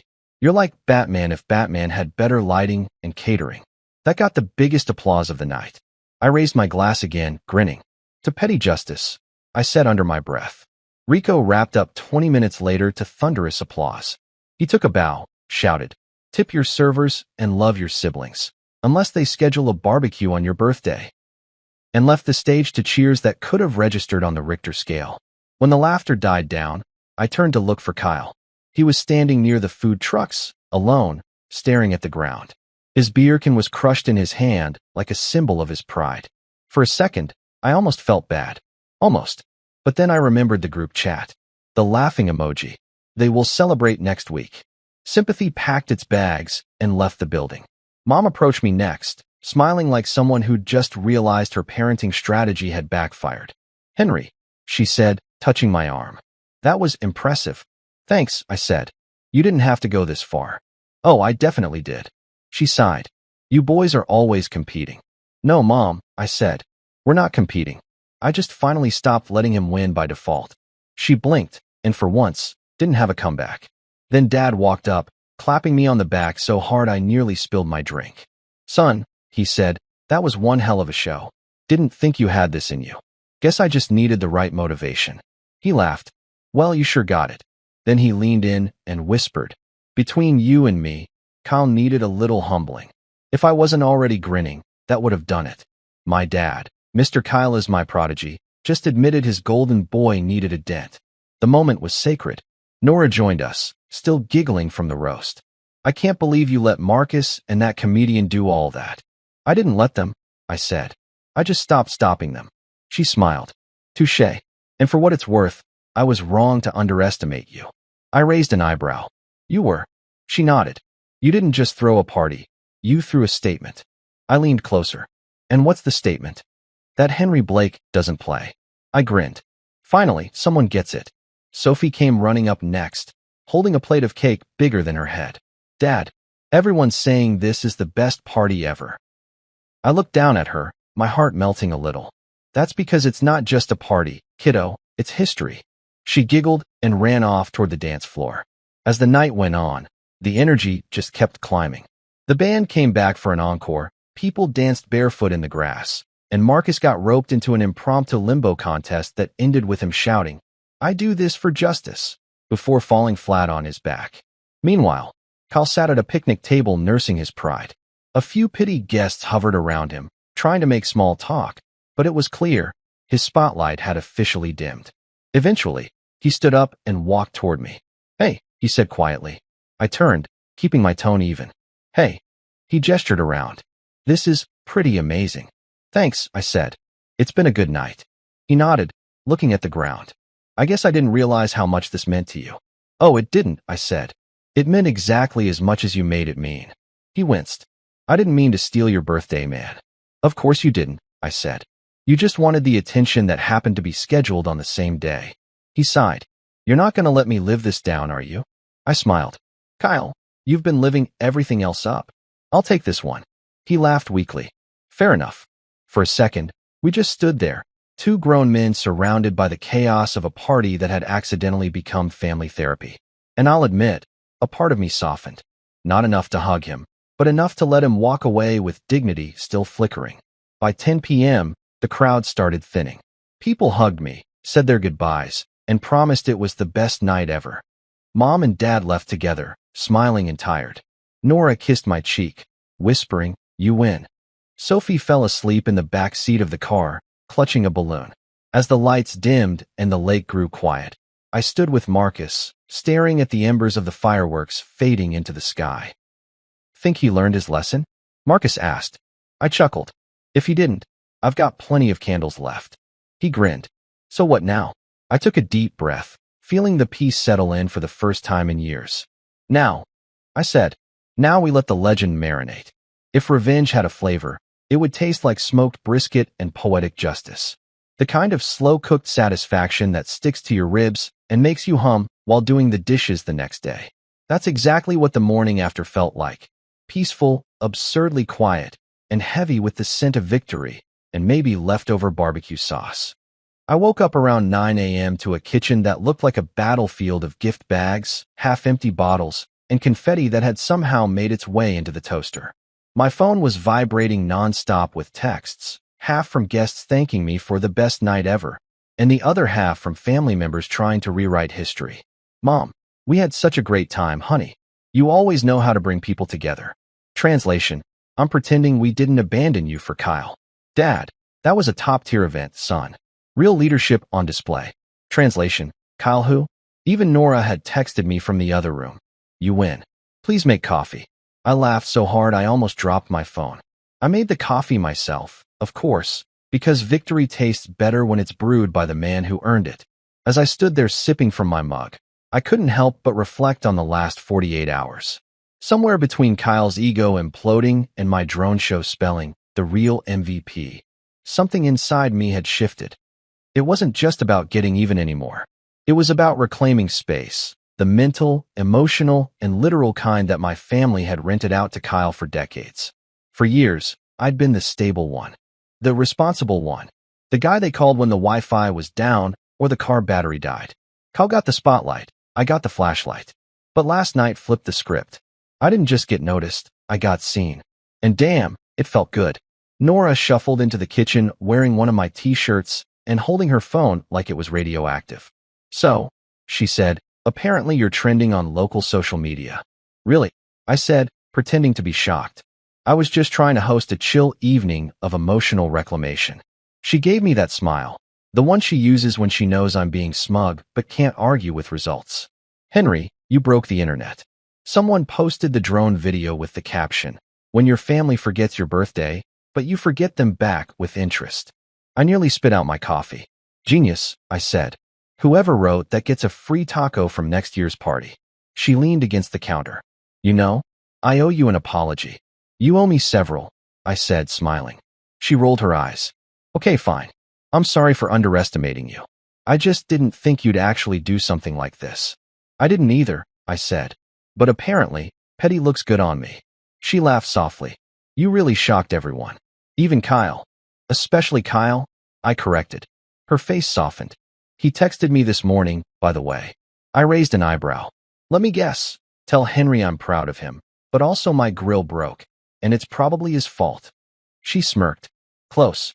He said he might have gone overboard with the whole double booking thing and that your party was, quote, next level. Next level. I repeated, pretending to think. Is that Kyle speak for, I got publicly roasted and my mother switched favorites mid-toast? Pretty much. Good, I said, sipping my coffee. The student has learned humility. Later that morning, Mom called. Her voice was warm, cautious, like she was approaching a skittish animal. Henry, sweetie, I just wanted to say last night was beautiful. Thanks, Mom. It meant a lot that you came. Well, of course we came, she said quickly. Family sticks together. I paused. Eventually. She chuckled awkwardly. Now, don't tease your brother. He means well. Mom, I said gently. You've been saying that since I was 5. Maybe it's time we stop grading him on effort and start grading him on results. She was quiet for a moment, then said, well, last night, your results spoke for themselves. Glad to hear it, I said. Next year, I'll send invites out earlier so no one accidentally schedules another festival on my birthday. Oh, don't be dramatic, she said. Mom, you literally went to the wrong event.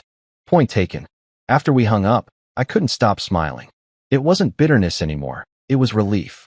Like I'd finally stopped trying to prove my worth to people who'd only been seeing half of it.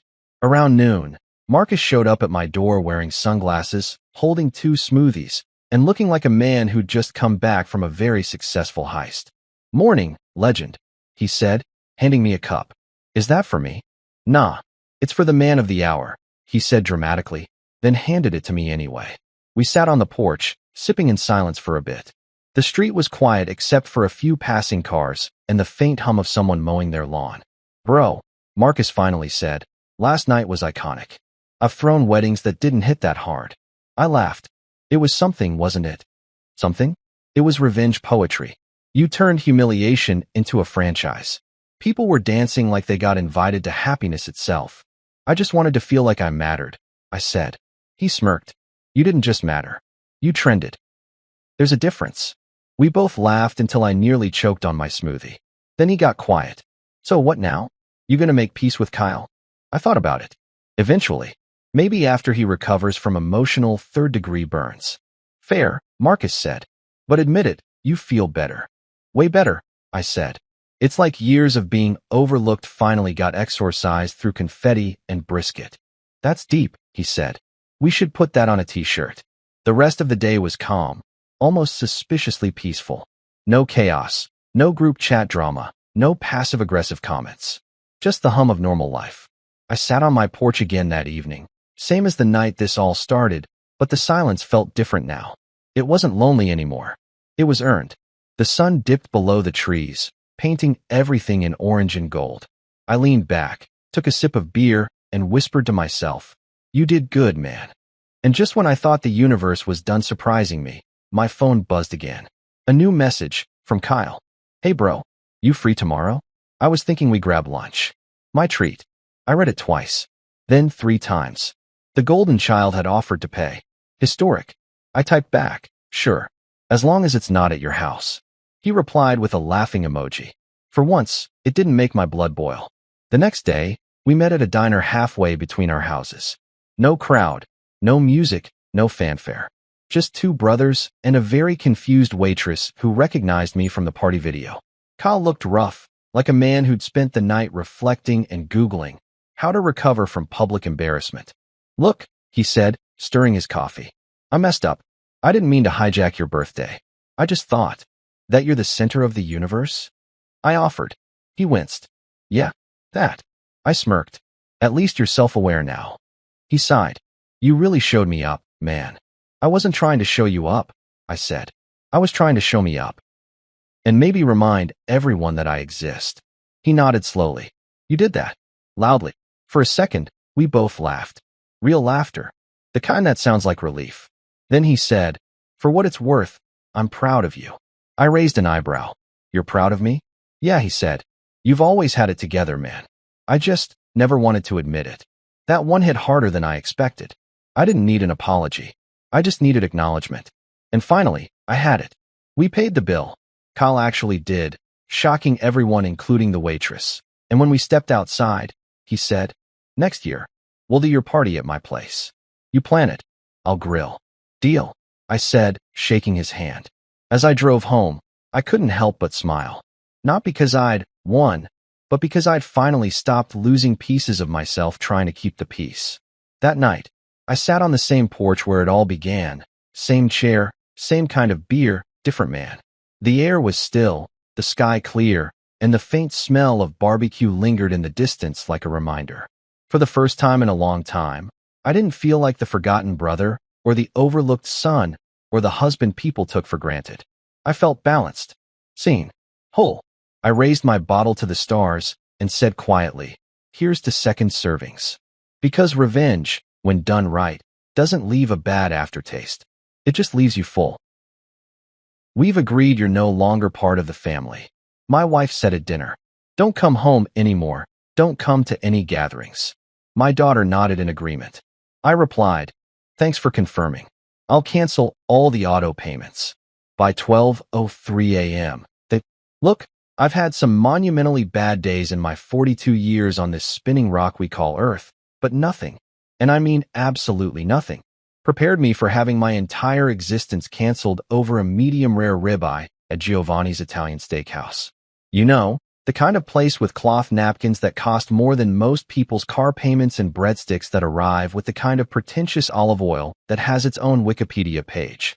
The irony wasn't lost on me that I was about to get emotionally obliterated in a restaurant where I'd celebrated our 10th anniversary, Madison's 8th grade graduation, and Clara's promotion to regional sales manager of whatever pyramid scheme she was pretending was a real job that month. We were sitting in one of those corner booths that rich people love because it gives them the illusion of privacy while still letting everyone see how successful they think they are. The lighting was that dim, romantic kind that makes everyone look 10 years younger and hides the fact that you're basically eating in a cave with chandeliers. Clara was wearing her serious conversation outfit, the black dress that cost more than my first car, paired with those shoes that looked like medieval torture devices but apparently made her feel powerful. Madison, my 16-year-old daughter who I used to think hung the moon, was glued to her iPhone like it was surgically attached, her acrylic nails clicking against the screen with the rhythm of a tiny, annoying drum solo. I should have known something was up when Clara ordered the most expensive steak on the menu without even glancing at the price. Usually, she at least pretended to care about the bill, doing that performative thing where she'd squint at the menu and say something like, "Oh, that seems a bit much," before ordering it anyway. But tonight, nothing. She ordered that $48 ribeye like she was ordering a value meal at McDonald's. Red flag number one, folks. Red flag number freaking one.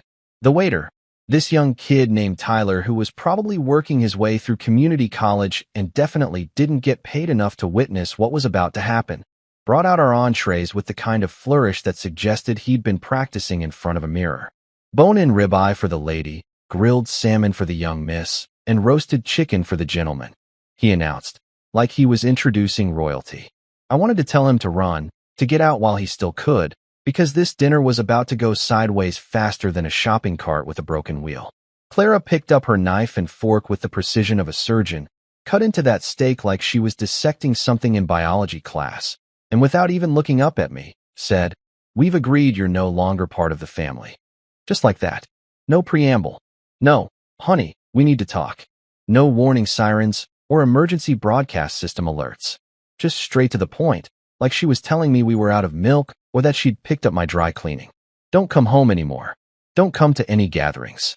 She popped a piece of steak into her mouth and chewed thoughtfully, like she'd just commented on the weather instead of dropping a nuclear bomb directly into my lap.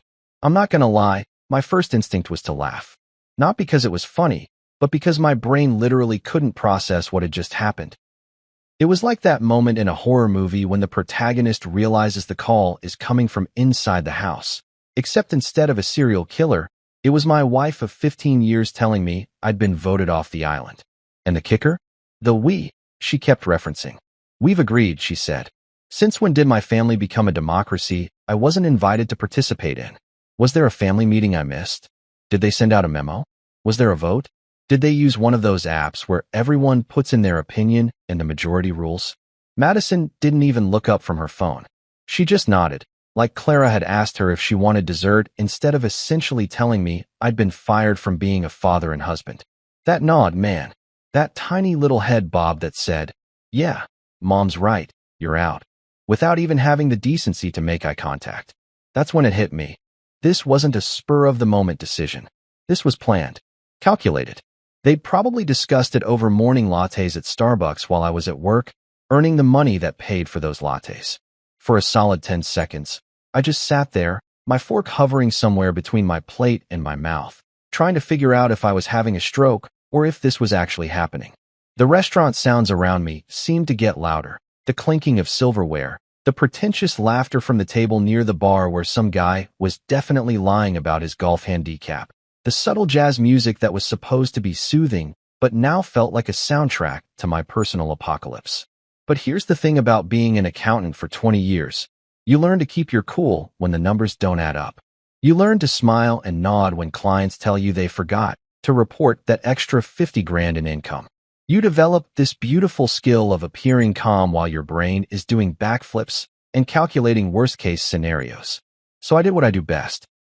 I set down my fork, took a slow sip of water from that overpriced Pellegrino they charge $8 for, smiled like I'd just been told I won the lottery, and said, thanks for confirming.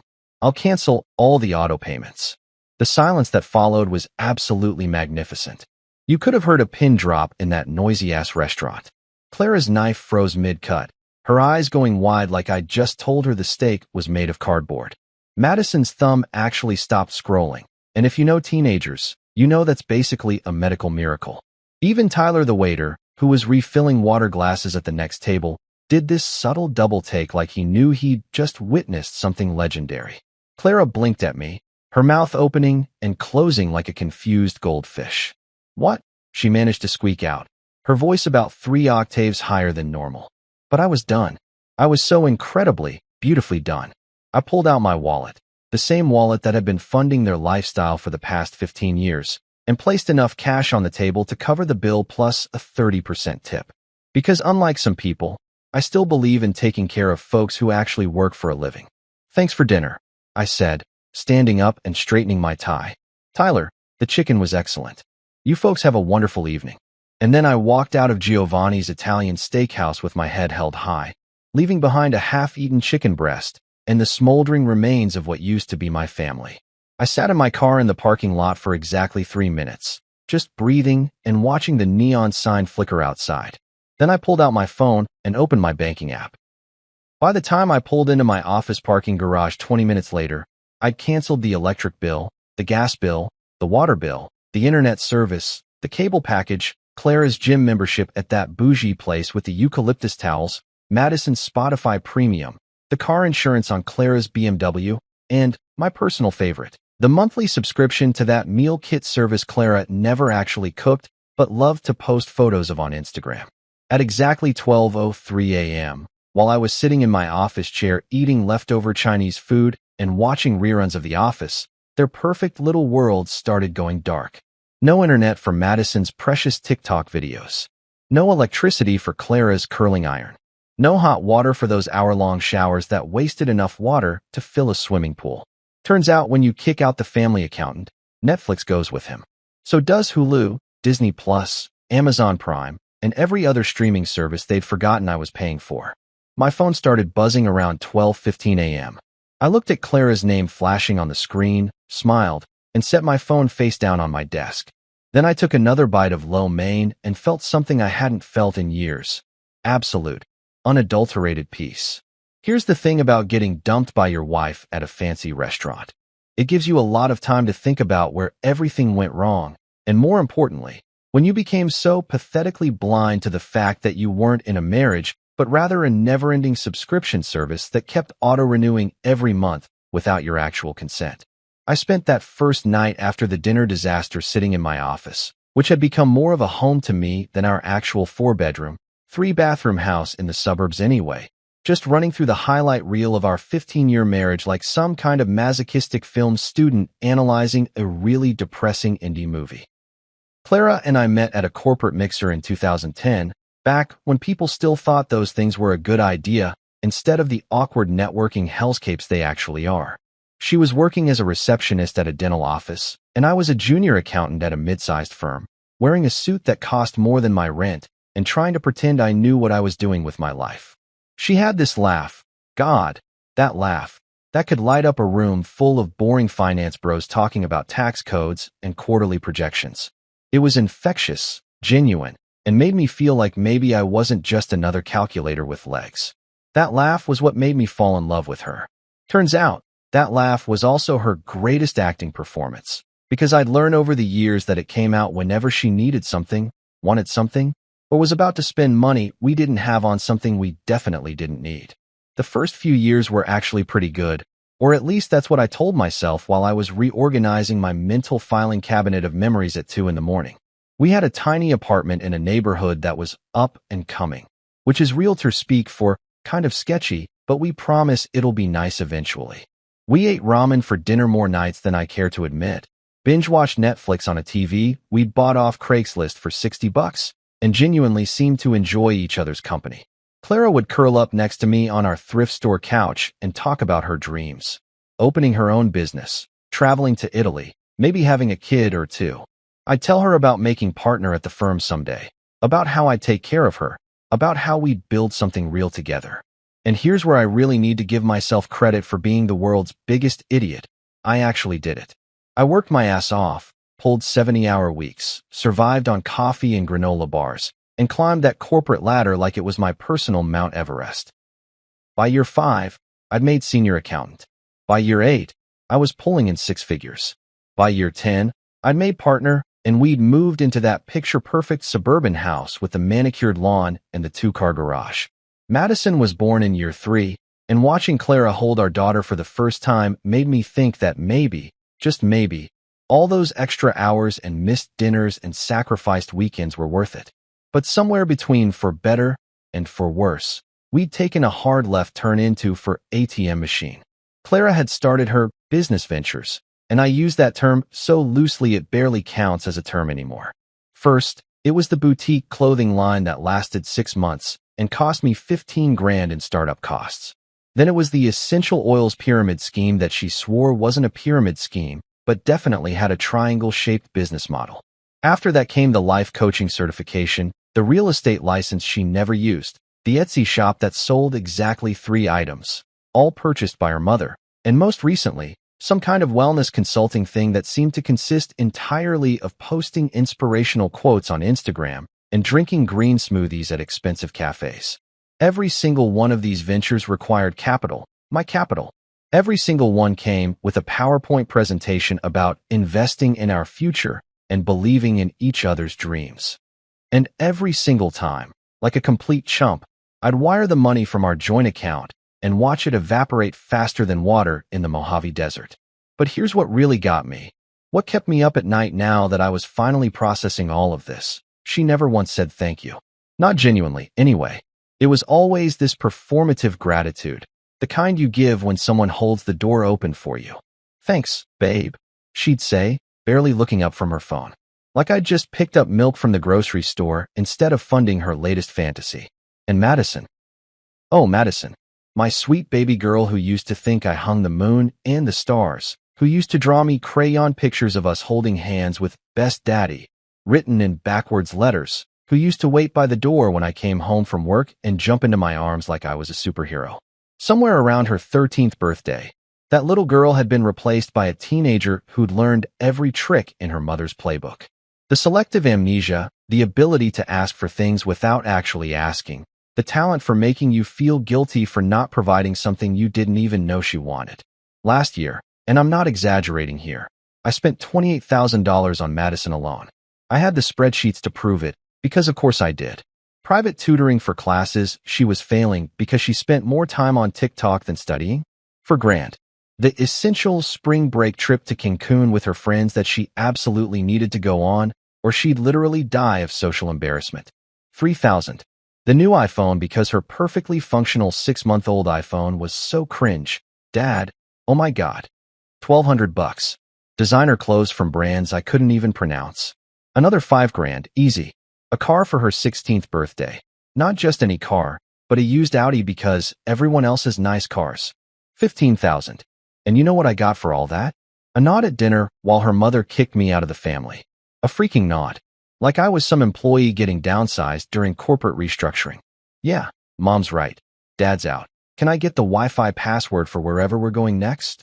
I sat there in my office chair, spinning slowly and staring at the ceiling tiles that I'd memorized during countless late nights, and replayed that dinner conversation for probably the 100th time. We've agreed, Clara had said. We've agreed. Like it was a business decision made by a board of directors. Like our marriage and family was some kind of corporation where I'd been outvoted by the other shareholders. When exactly did that vote happen? Was it over breakfast while I was at the gym? Was it during one of their mother-daughter shopping trips that I'd funded? Was there a family group chat I wasn't included in where they'd been planning this coup for weeks? The more I thought about it, the more I realized that's exactly what had happened.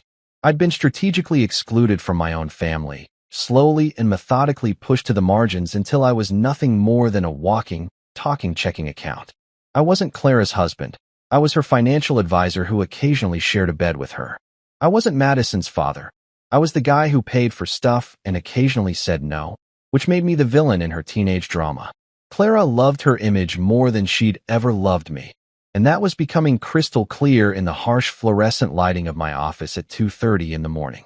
Her whole life was a carefully curated Instagram story. The perfect house, the perfect car, the perfect outfits for her wine nights with the other suburban moms who probably all hated each other but smiled for the camera. Those brunches at trendy restaurants where they'd order $20 avocado toast and complain about their husbands while I was literally paying for them to complain about me. The girls' trips to Napa Valley and Charleston and wherever else they decided they needed to go to reconnect and find themselves, which apparently cost 3 grand a pop and required a whole new wardrobe each time. And that fake laugh. Jesus Christ, that laugh that had made me fall in love with her had become her weapon of choice. She'd deploy it at dinner parties when someone told a joke that wasn't funny, at PTA meetings when she was schmoozing with the other moms, during phone calls with her mother when they were talking about me like I wasn't in the next room. It was all performance art, and I'd been the idiot in the audience who kept buying tickets to the show. I used to think love was teamwork. I used to believe in the whole partnership thing, where two people built a life together, supported each other, had each other's backs through thick and thin. But looking back now with the clarity that only comes from getting emotionally sucker-punched in an Italian restaurant, I realized the truth. I wasn't part of a team. I was the team. I was the player, the coach, the water boy, the guy selling concessions, and the janitor cleaning up after the game. Clara and Madison were just spectators who occasionally showed up to complain that their seats weren't good enough. The betrayal wasn't even the worst part, though. The worst part was that it had been done so casually, so matter-of-factly, like canceling a gym membership or switching cell phone providers. 15 years of marriage, 16 years of being a father, and I got dumped like an expired Amazon Prime subscription that wasn't offering enough value anymore. No emotion, no tears, no, it's not you, it's me speech. Just, we've agreed you're out, while cutting into a steak I'd paid for. My phone buzzed again on my desk. Another call from Clara. I looked at it, watched her name flash on the screen, and felt absolutely nothing. No anger, no sadness, no regret. Just a weird sense of relief mixed with the kind of grim satisfaction you get when you finally cancel a subscription you forgot you had and realize you've been wasting money on it for years. I picked up my phone, opened my notes app, and started typing. Things I've learned tonight. 1. Love isn't teamwork when you're the only one working. 2. Family isn't family when they vote you out. 3. The best revenge is a well-organized spreadsheet. Then I set my phone down, leaned back in my chair, and smiled. Tomorrow, I'd start documenting everything. Tonight, I'd just enjoy the silence. I woke up at 6:30 in the morning still sitting in my office chair with a crick in my neck that felt like someone had tied my spine into a pretzel, dried drool on my cheek, and my phone vibrating so aggressively across my desk that it sounded like an angry hornet trying to escape from a tin can. For a beautiful, blissful 3 seconds, I thought maybe the whole dinner thing had been a nightmare. One of those weird stress dreams where your teeth fall out or you show up to work naked. But then I grabbed my phone and saw the notification screen. And oh boy, reality came crashing back like a freight train loaded with karma and receipts. 47 missed calls. 47. I'd slept through exactly 4 hours and managed to rack up more missed calls than a drug dealer during spring break. 32 were from Clara, which honestly showed a level of persistence I wish she'd applied to literally any of her failed business ventures. 12 were from Madison, which was shocking because I didn't think she knew phones could make actual calls instead of just hosting TikTok and Instagram. 2 were from Clara's mother, Patricia, aka Mother Debit Card, which was the nickname I'd given her in my head after the 5th time she'd called asking me to help out with her property taxes. And 1 was from an unknown number, which was probably a spam call about my car's extended warranty, but honestly felt less threatening than the other 46. The text messages were even better. And by better, I mean they were an absolute gold mine of entitlement and panic that would have made a reality TV producer weep with joy.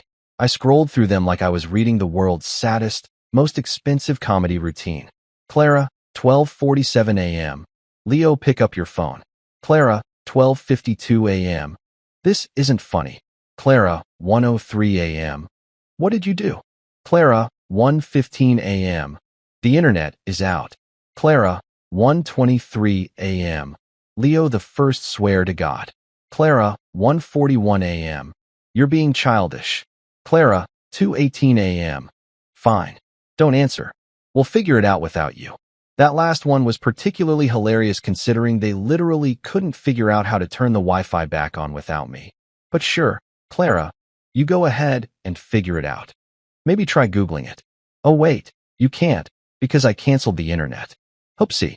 Madison's messages were somehow even more entertaining in their complete lack of self-awareness. Madison, 1:34 a.m. Dad, my Wi-Fi's dead. Madison, 1:36 a.m. Dad. Madison, 1:38 a.m. This is so unfair. Madison, 1:45 a.m. How am I supposed to do my homework? Madison, 2:02 a.m. Kaylee's mom would never do this to her. Madison, 2:34 a.m. I hate you. That homework excuse was particularly rich considering Madison's idea of homework was copying answers from Chegg while watching Netflix and texting her friends. And the I hate you text? That actually stung for about half a second before I remembered that she'd nodded along while her mother kicked me out of the family, so maybe her feelings weren't exactly my top priority anymore. I sat there in my office chair, still wearing yesterday's wrinkled shirt and pants that smelled like Giovanni's Italian steakhouse and existential crisis, and felt something bubbling up inside me. At first I thought maybe it was a heart attack, which would have been inconvenient, but not entirely surprising given the circumstances. But then I realized what it was: laughter. Pure, unfiltered, slightly maniacal laughter. I was laughing so hard I had tears streaming down my face, and somewhere in the back of my mind I wondered if I'd finally snapped, if this was what a nervous breakdown felt like. But honestly, it felt amazing. Because here's the thing.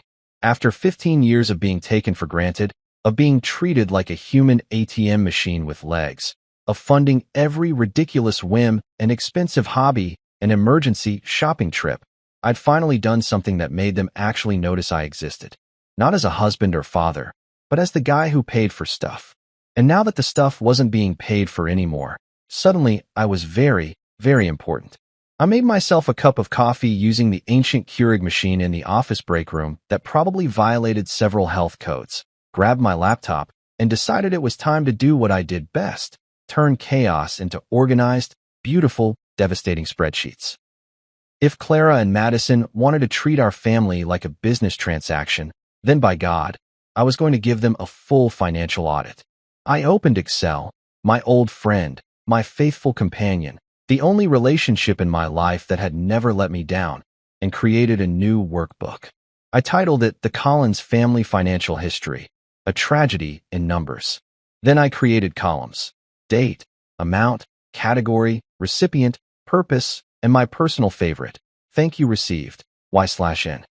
That last column was going to be hilarious because, spoiler alert, it was going to be almost entirely ends. I started with the big stuff, the expenses that had actually required conscious decisions and multiple zeros. The house. I'd put down 80 grand as a down payment in 2015, money I'd saved from bonuses and tax refunds, and basically never eating lunch anywhere that didn't have a dollar menu. I typed it in, $80,000.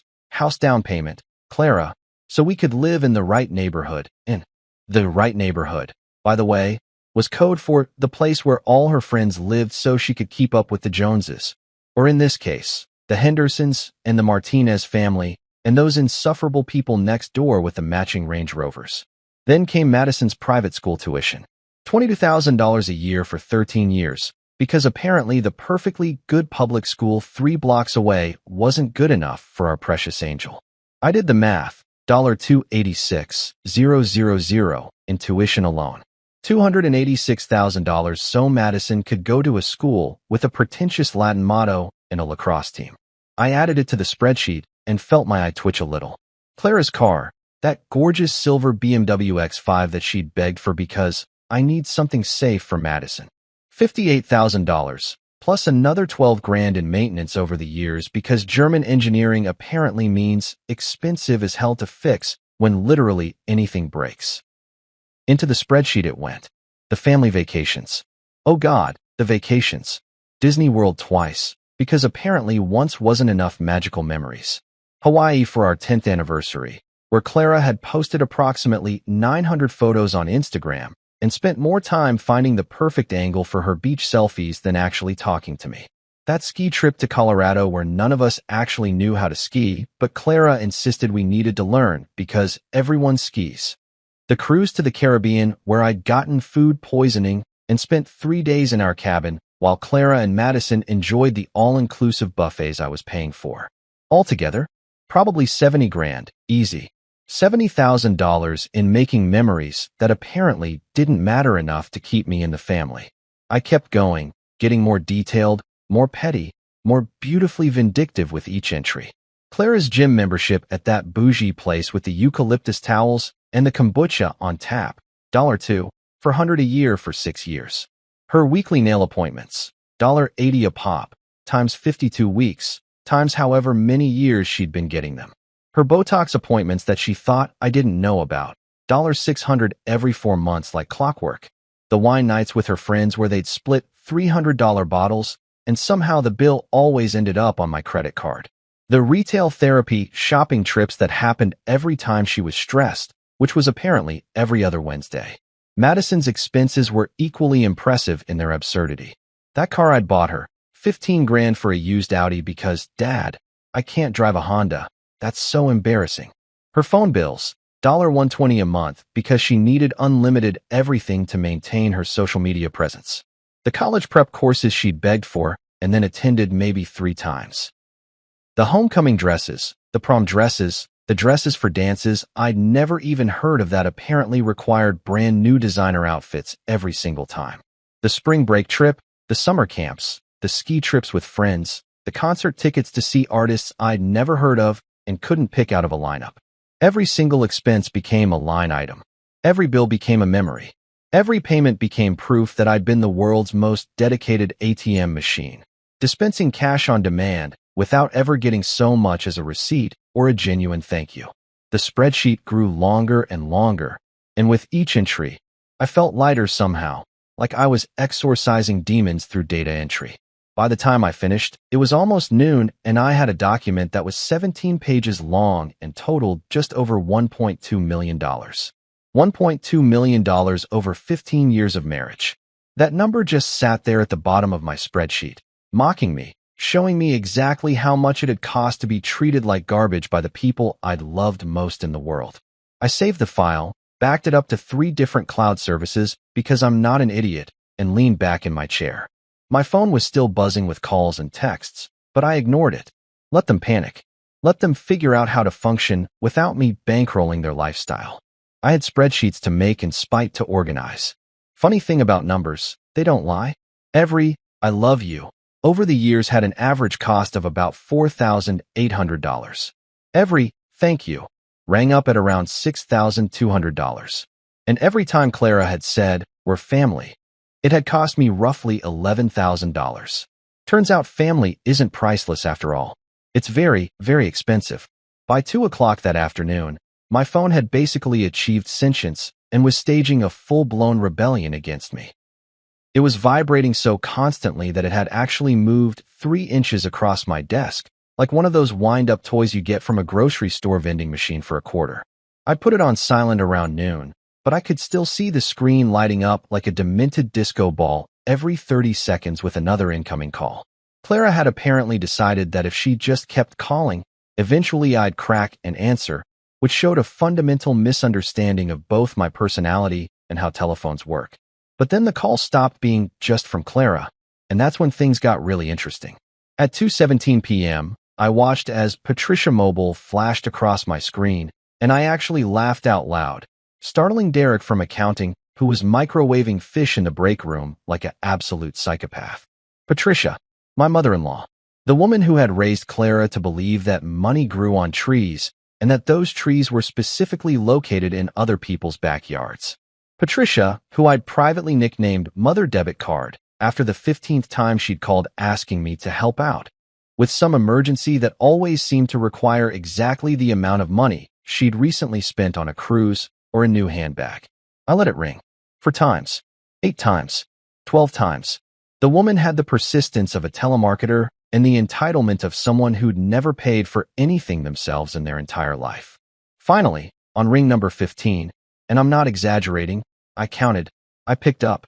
"Hello, Patricia," I said, using my best customer service voice, the one I reserved for difficult clients and people trying to sell me extended car warranties. "Leo Collins, what in the name of our Lord and Savior Jesus Christ do you think you're doing to my daughter?" she screeched, her voice hitting a pitch that probably violated several noise ordinances and definitely hurt my eardrum.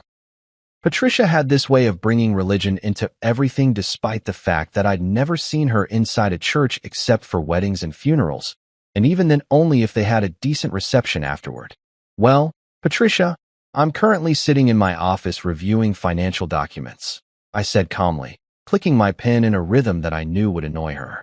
"How's your day going?" "Don't you sass me, young man," she snapped, which was hilarious because I was 42 years old and hadn't been a young man since the Clinton administration. Clara called me in tears. "Tears, Leo, saying you've shut off all the utilities. Do you know what you've done? Madison can't even charge her phone. That does sound like a crisis," I replied, my voice dripping with so much sarcasm it could have corroded metal. "Perhaps Madison could use this as an opportunity to read a book. I hear they don't require electricity. Very old-school technology, books. Been around for centuries." "This isn't funny," Patricia bellowed, and I could hear her doing that thing she did when she was really worked up, that sharp intake of breath that sounded like she was trying to inhale the entire atmosphere. "How could you do this to your family? These are your responsibilities. You can't just abandon them because you're having some kind of midlife crisis." And there it was, the word that made my blood pressure spike faster than Clara's credit card bills. Responsibilities. As if I hadn't spent 15 years being responsible. As if I hadn't been the most responsible person in a family of people who thought responsibility was something other people dealt with while they went shopping. "Interesting choice of words, Patricia," I said, leaning back in my chair and staring at the ceiling tiles I'd memorized during countless late nights. "Let me ask you something. When your daughter told me I was no longer part of the family, was that her being responsible? When she said I couldn't come home anymore, couldn't come to family gatherings, was that responsible? Or is responsibility just another word for Leo pays for everything and keeps his mouth shut?" Silence. Beautiful, blessed silence. I could practically hear Patricia's brain short-circuiting as she tried to figure out how to spin this situation into something that was still somehow my fault. "Well," she finally sputtered, "family is family. You don't just give up on family because of one argument." "You're absolutely right," I agreed cheerfully. Which is why it's so interesting that I was the one who got voted out of the family at dinner last night. Fascinating how that works, isn't it? But hey, Patricia, here's a thought. Since you're so concerned about Clara and Madison's well-being, maybe you could help out with the utility bills? I'm sure they'd appreciate it. The electric company doesn't care about whose responsibility it is. They just want their money. I don't. That's not. Patricia stammered. which was exactly the response I'd expected from a woman who had literally never paid for anything in her life without complaining about it first. Easy, I said, cutting her off. It's called logging out. You should try it sometime. Have a blessed day, Patricia. And then I hung up before she could respond, which felt so good I almost did a little victory dance right there in my office. I should have known that wouldn't be the end of it, though. Patricia wasn't the type to just accept defeat and move on with her life. She was the type to take her grievances to the court of public opinion, which in 2025 meant exactly what you'd think: Facebook. At 4:32 p.m., my phone dinged with a notification that I'd been tagged in a post, and against my better judgment, I opened it.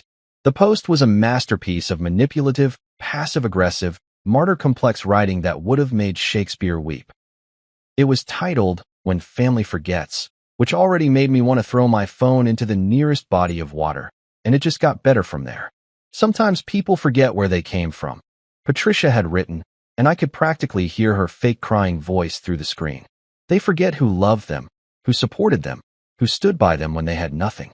They forget that family is supposed to be forever, not just until things get a little difficult. My heart is breaking today for my daughter and granddaughter, who are suffering because someone decided that money is more important than love. To my son-in-law, I pray that you remember what truly matters before it's too late. God sees everything. #family first, #heartbroken, #prayers needed. I stared at that post for a solid minute, watching the little icons pop up like mushrooms after rain. Patricia's church friends, Clara's wine night crew, random relatives I'd met maybe once at somebody's baby shower 7 years ago. They were all lining up to express their sympathy and outrage. The comments section was filling up fast with variations of "so sorry," "praying for you," and my personal favorite, "some people only care about money." But then, like an angel descending from heaven, or more accurately like a snarky aunt who didn't take crap from anyone descending from her home office where she probably worked in pajamas, Aunt Gina showed up. Gina was Clara's dad's sister, and she was the only person in that entire dysfunctional family tree who had ever treated me like an actual human being instead of a walking wallet. She'd made a fortune in real estate in the 90s, retired early, and now spent her time traveling, reading, and apparently lurking on Facebook waiting to call out BS when she saw it. Gina's comment appeared at 4:47 p.m., and it was perfect. "Patricia, didn't Leo pay for Clara's business degree? And the house? And Madison's school? Just asking for a friend." The comments section went silent for approximately 30 seconds, which in internet time is basically an eternity. I could imagine Patricia's face turning that particular shade of red that suggested an incoming stroke, frantically trying to figure out how to respond without admitting that yes, actually, I had paid for all of those things and approximately 900 other things besides. I screenshotted Gina's comment, saved it to my growing folder of evidence, and then did something I'd been putting off all day. I called Julian, my lawyer friend who I'd met in college and who had somehow remained my friend despite my terrible taste in spouses. Julian picked up on the second ring. "Leo, I was wondering when you'd call. I saw Patricia's Facebook post. That woman has the self-awareness of a goldfish. A goldfish with a persecution complex," I added, and Julian laughed, that deep, genuine laugh that always made me feel like maybe the world wasn't completely insane. "So," Julian said, and I could hear him settling into what I called his lawyer chair, probably leaning back with his feet up on his desk in that corner office he'd earned by being actually good at his job. "I'm guessing dinner didn't go well." I gave him the abbreviated version, the restaurant, the declaration, the nod, the auto payments. Julian stayed quiet through the whole thing, which was unusual for him because the man loved to interject with commentary. But when I finished, he just whistled low and said, "Damn, Leo. That's cold. I mean, I never liked Clara. You know that, but that's ice cold." "Right," I said, feeling validated in a way I hadn't felt in years. I've spent 15 years funding their lifestyle, and I get dumped like a Netflix subscription they don't watch anymore. "Okay," Julian said, and I could hear him switching into professional mode. "Here's what we're going to do. First, you're going to document everything. Every payment, every bill, every expense. Make it detailed, make it thorough, make it so airtight that it could survive a nuclear apocalypse. Second, you're going to stop engaging with them. No calls, no texts, no responses to Facebook posts. Let the silence do the talking. Trust me on this. Nothing drives people crazier than being ignored. I like where this is going, I said, pulling up my spreadsheet and feeling that familiar rush of satisfaction that came with good organization.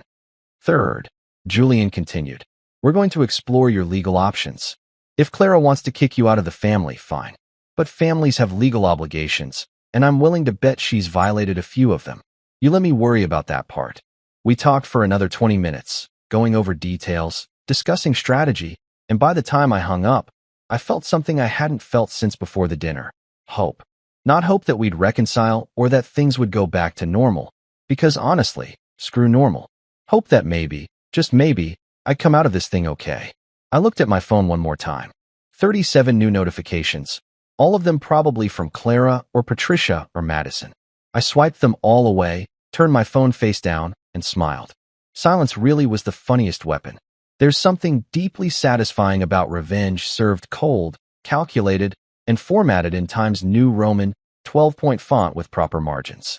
I discovered this at approximately 11:43 p.m. on what was technically the second night of my newfound freedom, sitting in my office with a cup of coffee that had gone cold 3 hours ago and a determination that burned hotter than 1,000 suns.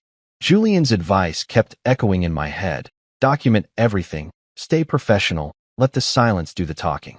But I wanted to add my own twist to this recipe for justified payback. I wanted to send them something they couldn't ignore, couldn't dismiss as me being emotional or irrational. Something that spoke their language while simultaneously terrifying them. I wanted to send them an invoice. Not just any invoice, though. Oh no. I wanted to send them the kind of correspondence that makes your stomach drop when you see it in your mailbox. The kind that has legal weight and professional formatting and makes you realize that maybe, just maybe, you've screwed with the wrong person. I'd spent 20 years working with corporations, dealing with contracts, drafting financial documents that could make grown men cry.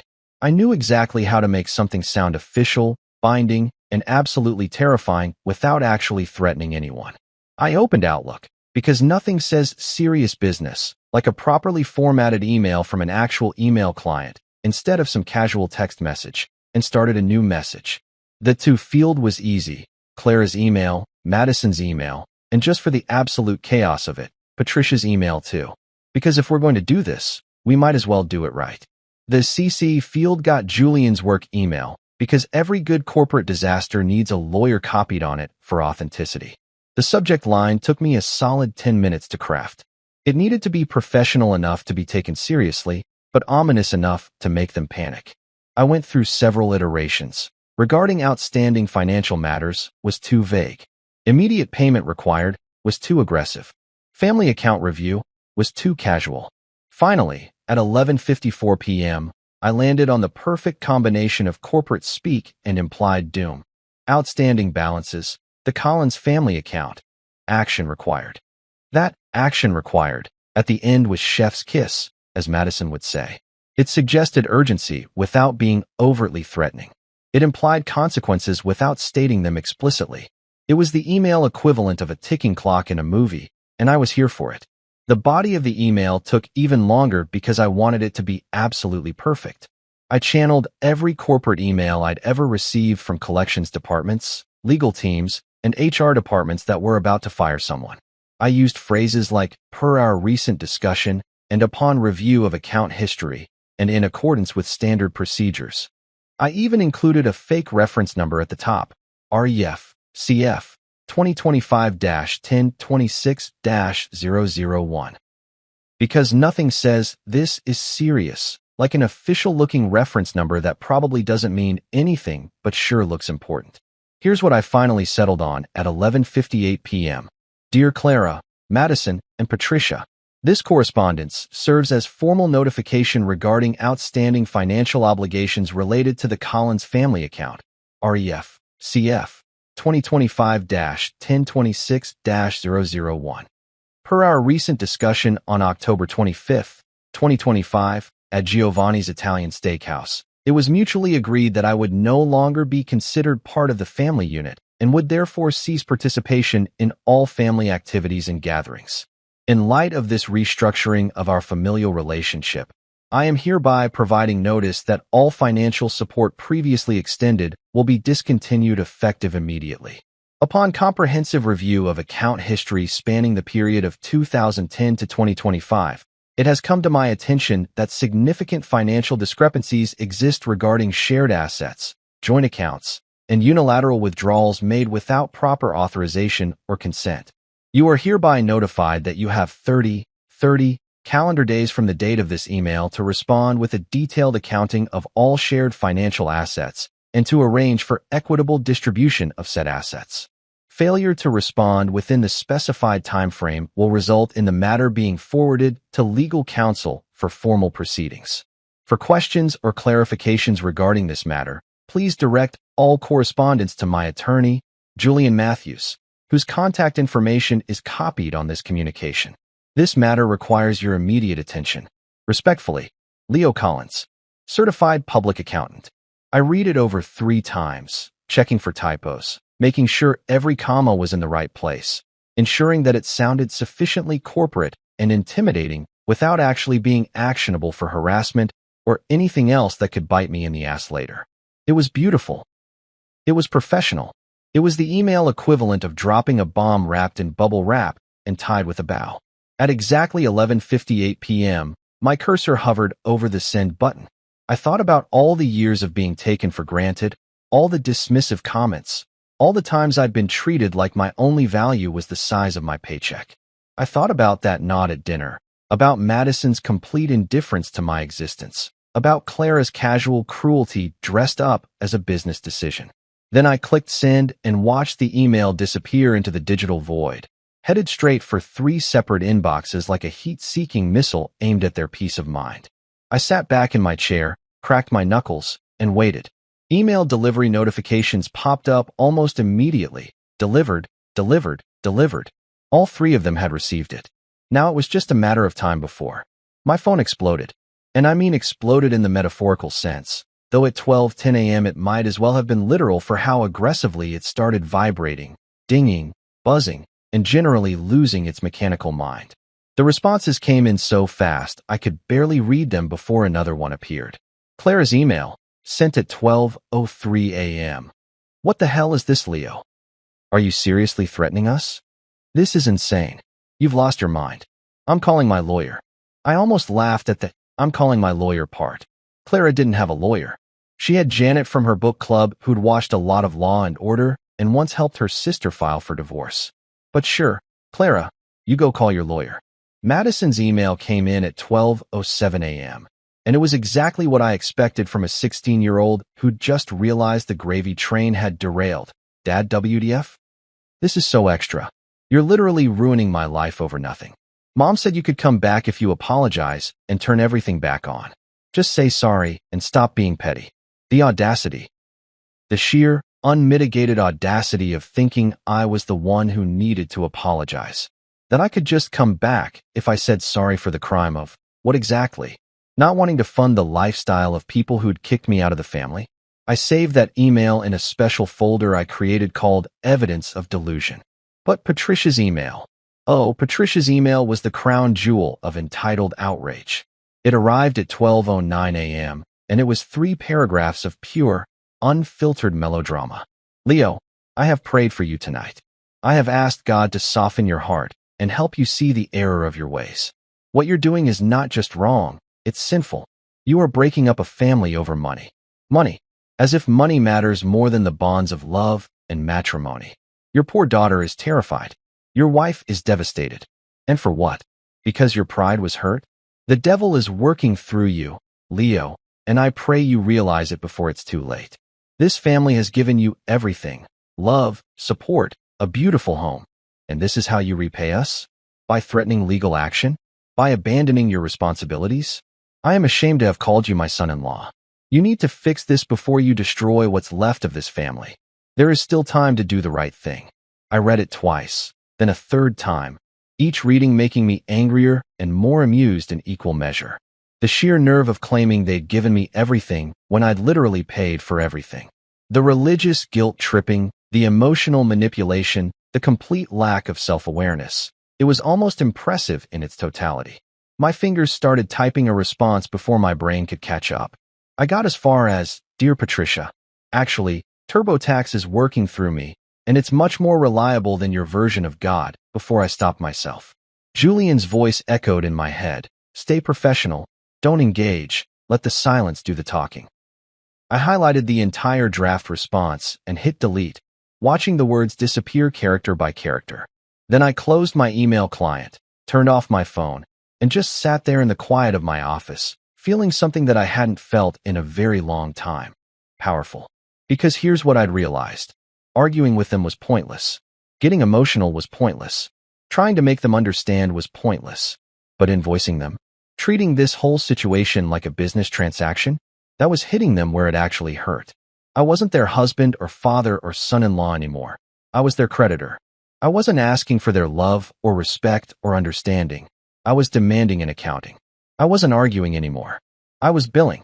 And there's nothing more terrifying to people who've been living beyond their means than suddenly receiving an invoice for all the things they thought were free. I opened my laptop again and added a new entry to my revenge spreadsheet. Date: October 26th, 2025. Action: sent formal notice. Cost to them: priceless. Satisfaction level: immeasurable. Then I went home to my apartment, heated up some leftover Chinese food, and slept better than I had in 15 years. I woke up the next morning in my apartment, a modest one-bedroom place I'd been renting as an office space for the past 6 months, but had secretly been using as a refuge when Clara's constant demands and Madison's teenage drama became too much to handle. Feeling more rested than I had in years. The sun was streaming through the blinds. My phone was still blissfully turned off from the night before, and for exactly 17 minutes, I lived in a peaceful bubble where I could pretend that my entire life hadn't imploded over a plate of roasted chicken. Then I made the mistake of turning my phone back on. The thing about modern technology is that it stores all your problems in a neat little queue and then dumps them on you all at once, like a terrible surprise party where everyone jumps out yelling, "You're screwed." Instead of surprise, I had 127 new notifications, and for a brief, terrifying moment, I thought my phone was going to spontaneously combust from the sheer volume of digital rage being directed at me. But here's where it got interesting. And by interesting, I mean absolutely bonkers in a way that made reality TV look boring. About 80 of those notifications were from Facebook, which I rarely used except to remember people's birthdays and occasionally post obligatory photos of family gatherings that made us look functional. I opened the app with the kind of dread usually reserved for opening medical bills or checking your bank account after a night of drunk Amazon shopping. Clara had gone nuclear at 7:23 a.m., which meant she'd been awake for hours stewing about my email, probably chain-smoking on the back patio and working herself into a righteous fury. She'd posted what could only be described as a digital declaration of war. The post was public, tagged me specifically, and featured a photo from our 10th anniversary dinner where we both looked happy and in love, which in retrospect was probably the last time I'd felt either of those things.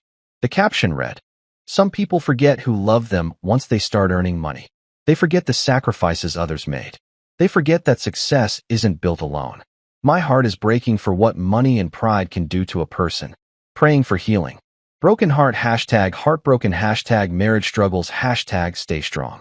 I read it 3 times, each time getting more amazed by the sheer audacity. The woman who'd kicked me out of the family 2 days ago was now playing the victim on social media, rewriting history faster than a politician caught in a scandal. The comments were already piling up, 63 of them in less than an hour. And they were exactly what you'd expect from people who only knew Clara's carefully curated version of our life. Jennifer from her wine night crew. "OMG, Clara, I'm so sorry. You deserve so much better." 2 hearts. Some guy named Brad who I'd never heard of. "Stay strong. Real men don't abandon their families." Patricia, because of course Patricia, my daughter has been through so much. Some people only care about material things. Praying for you both. Folded hands. I was scrolling through this cesspool of misinformation and performative sympathy, my blood pressure rising with each emoji, when I saw it. A comment that made me actually laugh out loud, startling the neighbor's cat that was sitting on the fire escape outside my window. Aunt Gina posted at 8:47 a.m. "Interesting take, Clara. Didn't Leo pay for your business degree?" in the house, in Madison's private school, and pretty much everything else for the last 15 years. Just asking for a friend. Thinking face. The comments section went absolutely silent for approximately 45 seconds. I refreshed the page 3 times thinking my phone had frozen. But no. People had literally stopped commenting because Aunt Gina had just dropped a truth bomb so massive it had created a social media mushroom cloud. Then the thread exploded faster than my utility bills had disappeared from autopay. People were liking Gina's comment, responding to Gina's comment, asking questions, taking sides. Clara's carefully constructed narrative was crumbling in real time, and I had a front row seat to the most entertaining drama I'd seen since Game of Thrones. Except this time, I was actually rooting for the protagonist because the protagonist was me. Random person I vaguely recognized from some barbecue 3 years ago. Wait, what? Leo paid for her degree. Another wine night friend, apparently switching sides faster than a politician during election season. I mean, he did always pick up the check at dinner. Someone named Kevin who I absolutely did not know. This is why I'm staying single. Women be crazy. Okay, Kevin was not helping, but I appreciated the energy. Clara responded at 9:03 a.m., and you could practically see the panic in her typing. My education was an investment in our future. Everything I did was for US. Some people here don't know the whole story. Gina, bless her savage heart, replied within 2 minutes. You're right, Clara. I don't know the whole story. That's why I'm asking. What exactly did you invest? Specifically, I'll wait. I screenshotted that entire exchange and sent it to Julian with the message, Gina is my new hero. His response came back immediately. Gina has always been everyone's hero. But speaking of heroes, I need you to call me ASAP. Found something interesting. The way Julian said interesting in his text, I could hear the tone through the words, made my stomach do a weird flip that was half excitement and half dread. Interesting, in lawyer speak, could mean anything from mildly noteworthy to holy crap, call the FBI. I dialed his number before I could overthink it. He picked up on the first ring. Leo, buddy, pal, my favorite client who's having the world's most entertaining midlife crisis. How are you this fine morning? Watching my life implode on Facebook, I said, putting him on speaker and pulling up Clara's post again to see if the comment count had increased. It had. We were up to 94 comments now. Please tell me you have good news.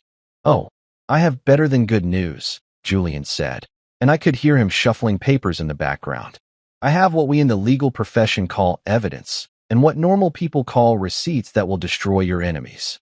Remember how I told you to send me access to all your financial records? Yeah, you said you wanted to review everything for the divorce proceedings. Right. Well, I found something while digging through your joint savings account history. Julian interrupted, his voice taking on that edge he got when he was about to drop a bombshell in court. Leo, did you authorize a withdrawal of $50,000 from your joint savings on March 15th, 2024? I froze, my coffee cup halfway to my mouth. What? No. 50 grand. Are you serious? Dead serious. Withdrawn from your joint Wells Fargo savings account, the one you set up for Madison's college fund. The withdrawal slip has your signature on it. Julian, I didn't. I would remember taking out $50,000. That's not exactly pocket change. My mind was racing, trying to remember if there'd been some emergency, some massive expense I'd forgotten about. But no, nothing. March 2024 had been a normal month. Boring, even. That's because you didn't take it out, Julian said slowly, and I could hear him smiling through the phone. Clara did. And she forged your signature. Not even a good forgery, by the way. I compared it to your actual signature on other documents, and it's not even close. She basically just scribbled something that vaguely looked like your name and hoped no one would check. Jesus Christ, I muttered, sitting down heavily on my couch. $50,000. What did she even use it for? According to the notation, she left with the bank, home renovations. Want to guess what home renovations happened around that time? I thought about it, scrolling through my memories of last spring. The kitchen, I said slowly. She said she wanted to redo the kitchen. New cabinets, new countertops, new appliances. She showed me quotes from contractors, said it would cost around 30 grand, asked if we could use savings. And you said yes? I said yes to 30,000 for legitimate kitchen renovations, not 50,000 for God knows what. I was getting angry now, that cold, controlled anger that made me really good at my job when clients tried to hide income from the IRS. Julian, where did the other 20 grand go? That, Julian said, is the $1,000,000 question. Or the $20,000 question, technically. But here's what I do know. The kitchen renovations only cost $28,000 according to the contractor's final invoice, which I also found. So we've got $50,000 withdrawn, $28,000 spent on the kitchen, and $22,000 just gone. Gone where? I'm working on that, Julian said. But Leo, here's the important part. She forged your signature. That's fraud. That's actual, prosecutable. Hello, district attorney, level fraud. Combined with the email you sent last night documenting everything, and the fact that she kicked you out of the family, we've got grounds for everything. Asset freeze, emergency financial restraining orders, you name it.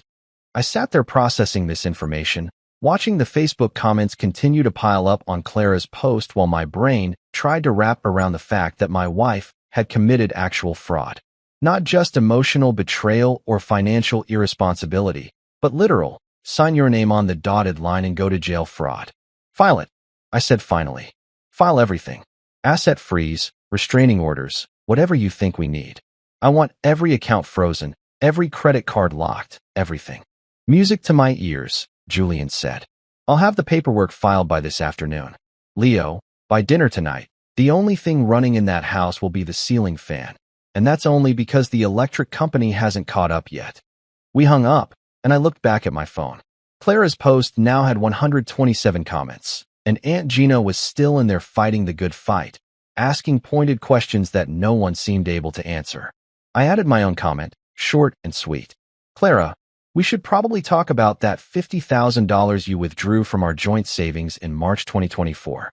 The one where you forged my signature. Let me know when you're free to discuss. Then I sat back and watched the fireworks begin. The Facebook comment I dropped was the digital equivalent of tossing a grenade into a crowded room and then calmly walking away while everything exploded behind me in slow motion. Within minutes, Clara had deleted her entire post. Poof, gone like it never existed, which was hilarious because the internet is forever and at least 40 people had already screenshotted it. I know this because 3 of them sent me the screenshots with messages ranging from, "Dude, what is happening?" to "This is better than Netflix." The rest of the day passed in a blur of Julian calling me with updates, my phone blowing up with messages from people I hadn't talked to in years suddenly very interested in my personal life, and me sitting in my apartment eating microwave burritos while watching the entire foundation of Clara's carefully constructed social media empire crumble like a sandcastle at high tide. By 5 o'clock, Julian had filed the asset freeze paperwork. By 6, it had been approved by a judge who apparently had no patience for financial fraud. By 7, every single account with Clara's name on it had been locked down tighter than Fort Knox. I was sitting on my couch at 8:15 p.m., watching some mindless cooking show where people made elaborate cakes shaped like things that should never be cakes, when someone started buzzing my apartment intercom. Not just a polite single buzz either, but that aggressive, desperate, hold the button down for 10 seconds kind of buzzing that suggested either an emergency or someone who'd completely lost their mind. Given my week, I was betting on the latter. I walked over to the intercom, pressed the button, and said, "Yeah." "Leo." Clara's voice came through the speaker, crackling with static and what sounded like barely suppressed hysteria. "Leo, I need to talk to you. Please. It's important." I looked at the clock. 8:17 p.m. I looked at the intercom. I looked at my half-eaten burrito sitting on the coffee table. Then I looked at my reflection in the darkened TV screen and had a moment of what I can only describe as crystal clear clarity about exactly how this was going to go. "Come on up," I said, buzzing her in before I could second-guess myself. The thing about living on the 4th floor of a building with a broken elevator is that it gives you time to prepare for whatever's coming. I could hear Clara's heels clicking on the stairs. Those expensive Jimmy Choos I'd bought her for Christmas 2 years ago that she swore she'd only wear for special occasions, but apparently counted a desperate late-night visit to her estranged husband's apartment as special enough. Each click got louder, closer, and I found myself counting them like a countdown to something I couldn't quite name. At exactly 8:20 p.m., there was a knock on my door. Not the aggressive buzzer assault from downstairs, but a soft, almost tentative knock that was probably meant to make her seem vulnerable and non-threatening. I'd seen this move before, back when Madison was little and would knock softly on our bedroom door after having a nightmare, and Clara would immediately switch into concerned mother mode. This was concerned wife mode, and I wasn't buying it for a second. I opened the door, and honestly, I almost felt bad for her. Almost. Clara looked like she'd been crying for hours, mascara running down her cheeks in black streaks that made her look like a raccoon who'd lost a fight with a garden hose. Her hair that was usually perfectly styled now pulled back in a messy ponytail, wearing yoga pants and an oversized sweatshirt that I was 90% sure was actually mine from college. This was strategic vulnerability Clara, dressed to evoke sympathy and remind me of better times. "Leo," she said, her voice trembling in that way that had once made me want to fix whatever was wrong, but now just made me tired. "Leo, please. Can I come in? We need to talk." I stepped aside and let her in, not because I was feeling generous, but because I wanted to hear what kind of spin she was going to put on this situation. She walked into my apartment, looking around like she'd never seen it before, which was funny because she'd been here exactly once, 6 months ago when I first rented it, and had spent the entire visit complaining about how small it was and how the neighborhood wasn't our style. "The lights are out," she said, turning to face me with tears streaming down her face. "At the house. The power's completely out. Madison's terrified. She's sitting in the dark with her phone flashlight, and she's scared, Leo. Your daughter is scared." I leaned against the kitchen counter, crossing my arms, and just looked at her. "So turn the power back on." "I can't." Clara's voice went up an octave, hitting that pitch that suggested she was about to fully lose it. "You canceled everything. The electric company said the account was closed, and we need to pay." She stopped, swallowing hard. "We need to pay the outstanding balance plus a deposit to restart service. $1,500, Leo. I don't have $1,500 just lying around." The laugh that came out of me was short, sharp, and completely involuntary. "You don't have $1,500? Clara, you withdrew $50,000 from our savings 8 months ago. Where exactly did that money go?" Her face went pale, and for a second I thought she might actually faint right there on my cheap IKEA rug. That was for the kitchen." "The kitchen cost $28,000, I said calmly, pulling my phone out of my pocket and opening the folder where I'd saved all of Julian's documentation. "I've got the contractor's invoice right here. So where's the other $22,000? Because I'm really curious, Clara. I'm fascinated, actually." She opened her mouth, closed it, opened it again like a fish gasping for air. There were other expenses. Things for the house. Things we needed. Name one." Silence. Beautiful, incriminating silence. "That's what I thought," I said, setting my phone down on the counter.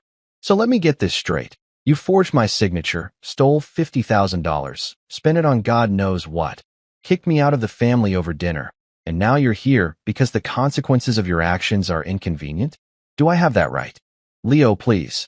Clara took a step toward me, and I could see her switching tactics, her face softening, her voice dropping to that tone she used to use when she wanted something. "Please, think of Madison. She didn't do anything wrong. She's just a kid. She's sitting in that house right now in the dark, probably on her phone trying to call you, and she's scared. You wouldn't do this to your daughter." And there it was, the guilt card, played exactly when I knew it would be. Use the kid as a shield, make it about Madison's suffering instead of Clara's choices, redirect the blame back to me for being the monster who would let his daughter sit in the dark. "You know what's funny?" I said, and I was surprised by how calm my voice sounded, how detached I felt from this entire conversation. Madison had the chance to not be in this situation. When you decided to kick me out of the family, when you both decided, because she nodded, remember? She nodded like she was voting yes on a corporate merger.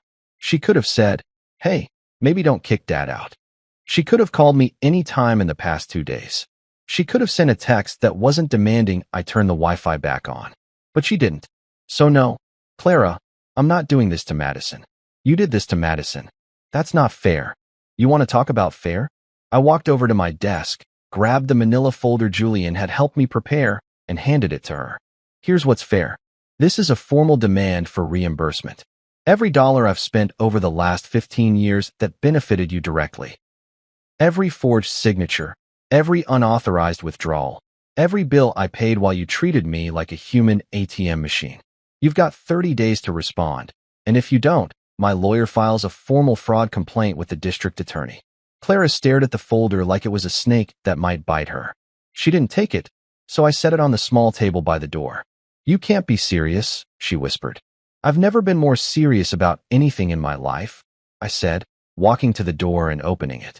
"You made it clear I'm not part of the family anymore." "Fine. Families have obligations, but so do creditors. And right now, Clara, I'm your creditor.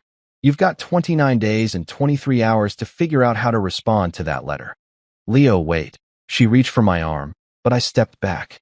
"The dinner ambience you wanted finally arrived," I said, and I couldn't help the small smile that crossed my face. "You should enjoy it.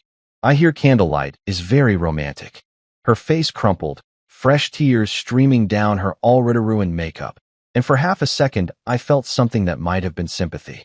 But then I remembered the nod, the forged signature, the 15 years of being taken for granted, and that feeling evaporated like morning dew in August. "Good night, Clara," I said softly, and then I closed the door. I stood there for a moment, listening to her footsteps retreat down the hallway, slower this time, heavier, each click of those expensive heels sounding defeated. Then I heard the stairwell door open and close, and she was gone. I walked back to my couch, picked up my burrito, and took a bite. It was cold now, but somehow it tasted better than any meal I'd had in years. I slept like a baby that night, and by that I mean I woke up every 2 hours in a cold sweat wondering if I'd made a terrible mistake, then remembered I absolutely hadn't, and went back to sleep with a smile on my face. There's something deeply satisfying about standing your ground when you've spent 15 years being a doormat, even if that ground is the cheap laminate flooring of a one-bedroom apartment that smells faintly of the Indian restaurant downstairs. By the time my alarm went off at 7 a.m., I felt more energized than I had in years, like I'd been living my life with a 50-pound weight on my shoulders, and someone had finally cut it loose. I made coffee, real coffee from actual beans I ground myself, not that pod garbage Clara insisted we needed because everyone has an espresso, and settled in at my kitchen table with my laptop to check the damage from last night's visit. My phone had been mercifully quiet since Clara left, which either meant she'd given up or she was regrouping for another assault. Given what I knew about my soon-to-be ex-wife, I was betting on the latter. I was wrong. She hadn't regrouped. She'd called in reinforcements. At 8:47 a.m., while I was enjoying my second cup of coffee and a bagel that I'd toasted to absolute perfection, my phone dinged with a Facebook notification. Patricia had posted again, and this time she'd gone full nuclear. The post was long, like dissertation-level long, with multiple paragraphs, strategic paragraph breaks for emphasis, and enough religious references to make a televangelist jealous. The post started with a photo of Clara and Madison from last Christmas, both of them looking perfect in matching red sweaters that I'd paid for, standing in front of our fireplace with decorations that I'd hung. The caption was a masterpiece of emotional manipulation that would have made a soap opera writer weep with envy. I don't usually air family business on social media, Patricia had written, which was hilarious because the woman treated Facebook like her personal therapy journal and posted about everything from her hemorrhoids to her opinions on what the neighbors should do with their lawn. But sometimes silence enables evil, and I cannot stay silent any longer while my daughter and granddaughter suffer. Oh, this was going to be good. I screenshot the post immediately because I knew Julian would want to see it, then settled in to read the rest of this train wreck. My son-in-law, Leo Collins, has abandoned his family, she continued, and I could practically hear her dramatic voice reading it aloud like she was auditioning for a Lifetime movie. Not just emotionally, but financially. He has cut off all utilities to their home, leaving my 16-year-old granddaughter to sit in the dark. He has frozen their bank accounts, leaving them unable to buy food or basic necessities. He has threatened legal action over money. Money, as if material possessions matter more than the sacred bonds of family. I took a sip of coffee and kept reading, genuinely impressed by her ability to rewrite reality. Clara has given this man 15 years of her life.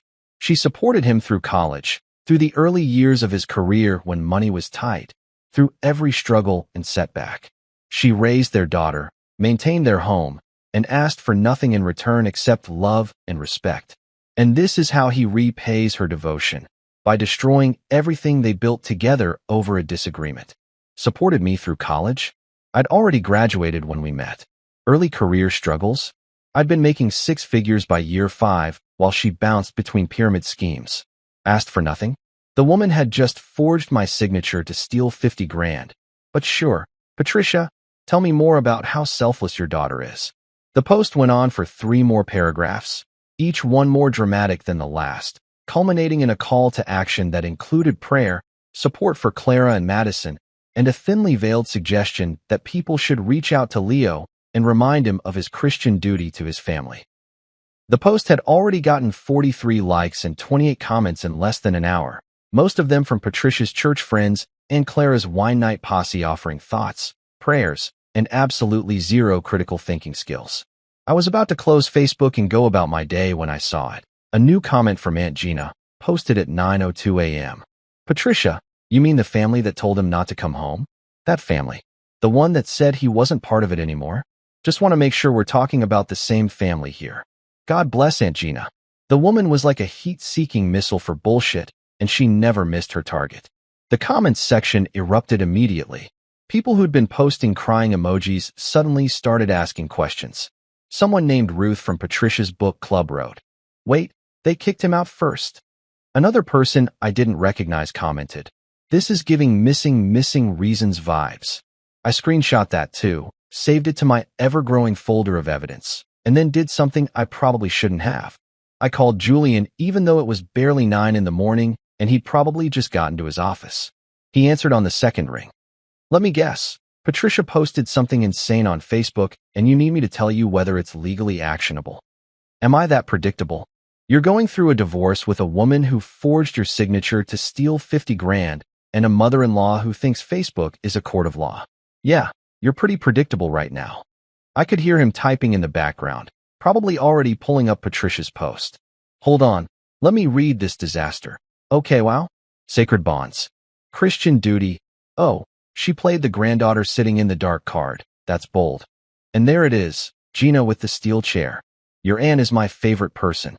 She's Clara's aunt, technically, but yeah, she's the only member of that family with a functioning brain. I leaned back in my kitchen chair, staring at the ceiling and trying to decide if this was the most stressful or the most entertaining week of my life. Julian, is there anything she's saying that could actually hurt me legally? The whole abandonment thing, the claims about cutting off necessities. Nope, Julian said cheerfully, and I could hear him still typing. You're separated, which means you have no legal obligation to pay their bills. The house is jointly owned, so you're within your rights to cancel services you were paying for. And this is the important part. She initiated the separation by telling you not to come home. She can't kick you out and then claim abandonment. That's not how any of this works. Also, and I cannot stress this enough, she committed fraud. Like, actual felony-level fraud. She doesn't get to play the victim here. That's what I thought, but I wanted to make sure I wasn't crazy. You're not crazy. You're just finally seeing clearly after 15 years of gaslighting. Julian paused, and his tone shifted from casual to serious. Speaking of the fraud, Leo, I need to tell you something. I did some more digging last night after you called, and I found another irregularity. My stomach dropped. Another one? How many signatures did she forge? At least one more that I've found so far. Remember Clara's Aunt Dorothy who passed away about 2 years ago? The one who was supposedly Clara's favorite aunt. Left her some money in the will. Yeah, Clara said it was like 10 grand or something. She said she used it to pay off her car loan. Right. Well, the inheritance was actually $35,000, not 10. And it wasn't left to Clara. It was left to both of you, jointly, as a married couple. Aunt Dorothy specifically designated it for Leo and Clara Collins, for their future together. Julian let that sink in for a moment. Clara cashed that check, which required both signatures, and deposited it into a personal account she'd opened without telling you. An account that's now empty, by the way. I sat there processing this information, my coffee going cold in my hand, trying to understand how someone I'd shared a bed with for 15 years could be so comfortable committing fraud. Not once, but multiple times. Not small amounts, but tens of thousands of dollars. So she forged my signature on the inheritance check too. Yep. And I've got a copy of the check from the probate lawyer who handled Dorothy's estate. Your signature looks like a 5-year-old wrote it. Clara's not even good at fraud, Leo. She's just been getting away with it because you trusted her. Past tense is right, I muttered. What do we do with this? I file an amended complaint with the fraud report I submitted yesterday. This shows a pattern of behavior, not just a one-time thing. Pattern of behavior is important because it demonstrates intent and sophistication. Plus, stealing inheritance money? Judges hate that. It's like kicking a puppy. It just makes everyone mad. File it, I said immediately. File everything. I want every single fraudulent transaction documented, every forged signature exposed, every lie brought to light. Music to my ears, buddy. I'll have it filed by lunch. But Leo, I need to warn you. Once I file this amended complaint, things are going to escalate fast. The DA's office will get involved. There might be criminal charges. Clara's accounts will stay frozen, and she's going to absolutely lose her mind. Good, I said, and I meant it. Let her lose her mind. I've spent 15 years losing mine trying to make her happy. It's her turn. We hung up, and I sat there for a few minutes just breathing, trying to process the fact that my wife had stolen not just from our joint savings, but from a dead woman's final gift to us. Aunt Dorothy had been a sweet lady who'd made the best pecan pie I'd ever tasted and always asked about my work like she actually cared about the answer. She'd left us that money because she wanted us to have a good future, to build something together, to be happy. And Clara had taken it, forged my signature, and made it disappear into whatever black hole she'd been funneling money into. By 2 p.m., Julian called back to confirm everything had been filed. By 4 p.m., I got a text from him with a screenshot of the court docket showing that an emergency hearing had been scheduled for the following week. By sunset, and I checked the timestamp on the email notification 3 times to make sure I wasn't hallucinating. Every single account with Clara's name on it had been frozen by court order, pending investigation into the fraud allegations. I sat in my apartment as the sun went down, painting my cheap IKEA furniture in shades of orange and gold, and thought about how different my life looked now compared to a week ago. A week ago, I'd been a husband and father living in a 4-bedroom house in the suburbs, funding a lifestyle I couldn't afford for people who didn't appreciate it. Now I was a guy in a 1-bedroom apartment eating takeout, and watching his soon-to-be ex-wife's entire world collapse under the weight of her own lies. I should have felt bad. I should have felt guilty. I felt absolutely nothing except relief. The next week was like watching a slow-motion car crash, except I was sitting in a lawn chair with popcorn instead of being in one of the vehicles. Clara's perfect suburban life was collapsing faster than a house of cards in a hurricane, and I had the best seat in town to watch it all unfold. The neighborhood found out first. Apparently, when you get your bank accounts frozen for fraud and the cops show up to ask questions about forged signatures, people notice. Carol from next door, the one who always bragged about her son the lawyer, suddenly stopped making eye contact with Clara at the mailbox. The book club quietly uninvited her from next month's meeting. Even the PDA group chat went suspiciously silent whenever she posted. Clara called me exactly once during this time, her voice small and defeated in a way I'd never heard before. "Please," she said, "think of Madison." "I am," I replied, staring out my apartment window at the city lights below. "She'll finally learn that money doesn't grow on guilt." I hung up before she could respond and immediately blocked her number. Then I blocked Patricia's number, Madison's number, and for good measure, blocked them all on every social media platform I had. The silence that followed was beautiful. Within 2 weeks, the house sold. The proceeds, after paying off the mortgage I'd been covering for 15 years, were legally wired back to my account per the court's order. Watching those funds hit my balance felt less like victory and more like the universe finally balancing its books. Madison sent me one final text before I blocked her completely. "You won." I stared at that message for a long time, sitting in my apartment with a beer in my hand and absolutely no regrets in my heart. Finally, I typed back, "No, I just unsubscribed." Then I hit send, blocked her number, and deleted our entire text history. Every "can I have money for" message, every "dad please" guilt trip, every conversation that had treated me like a bank instead of a parent, gone. I finished my beer, ordered Chinese food, and felt something I hadn't felt in 15 years, free. Not happy, not sad, not angry, just wonderfully, blissfully free. 3 weeks after the court finalized everything, Julian showed up at my apartment with coffee and the kind of smile that meant he'd just won something big. "It's done," he said, handing me a stack of papers thicker than a phone book. "Clara's accounts are drained. The house proceeds are yours.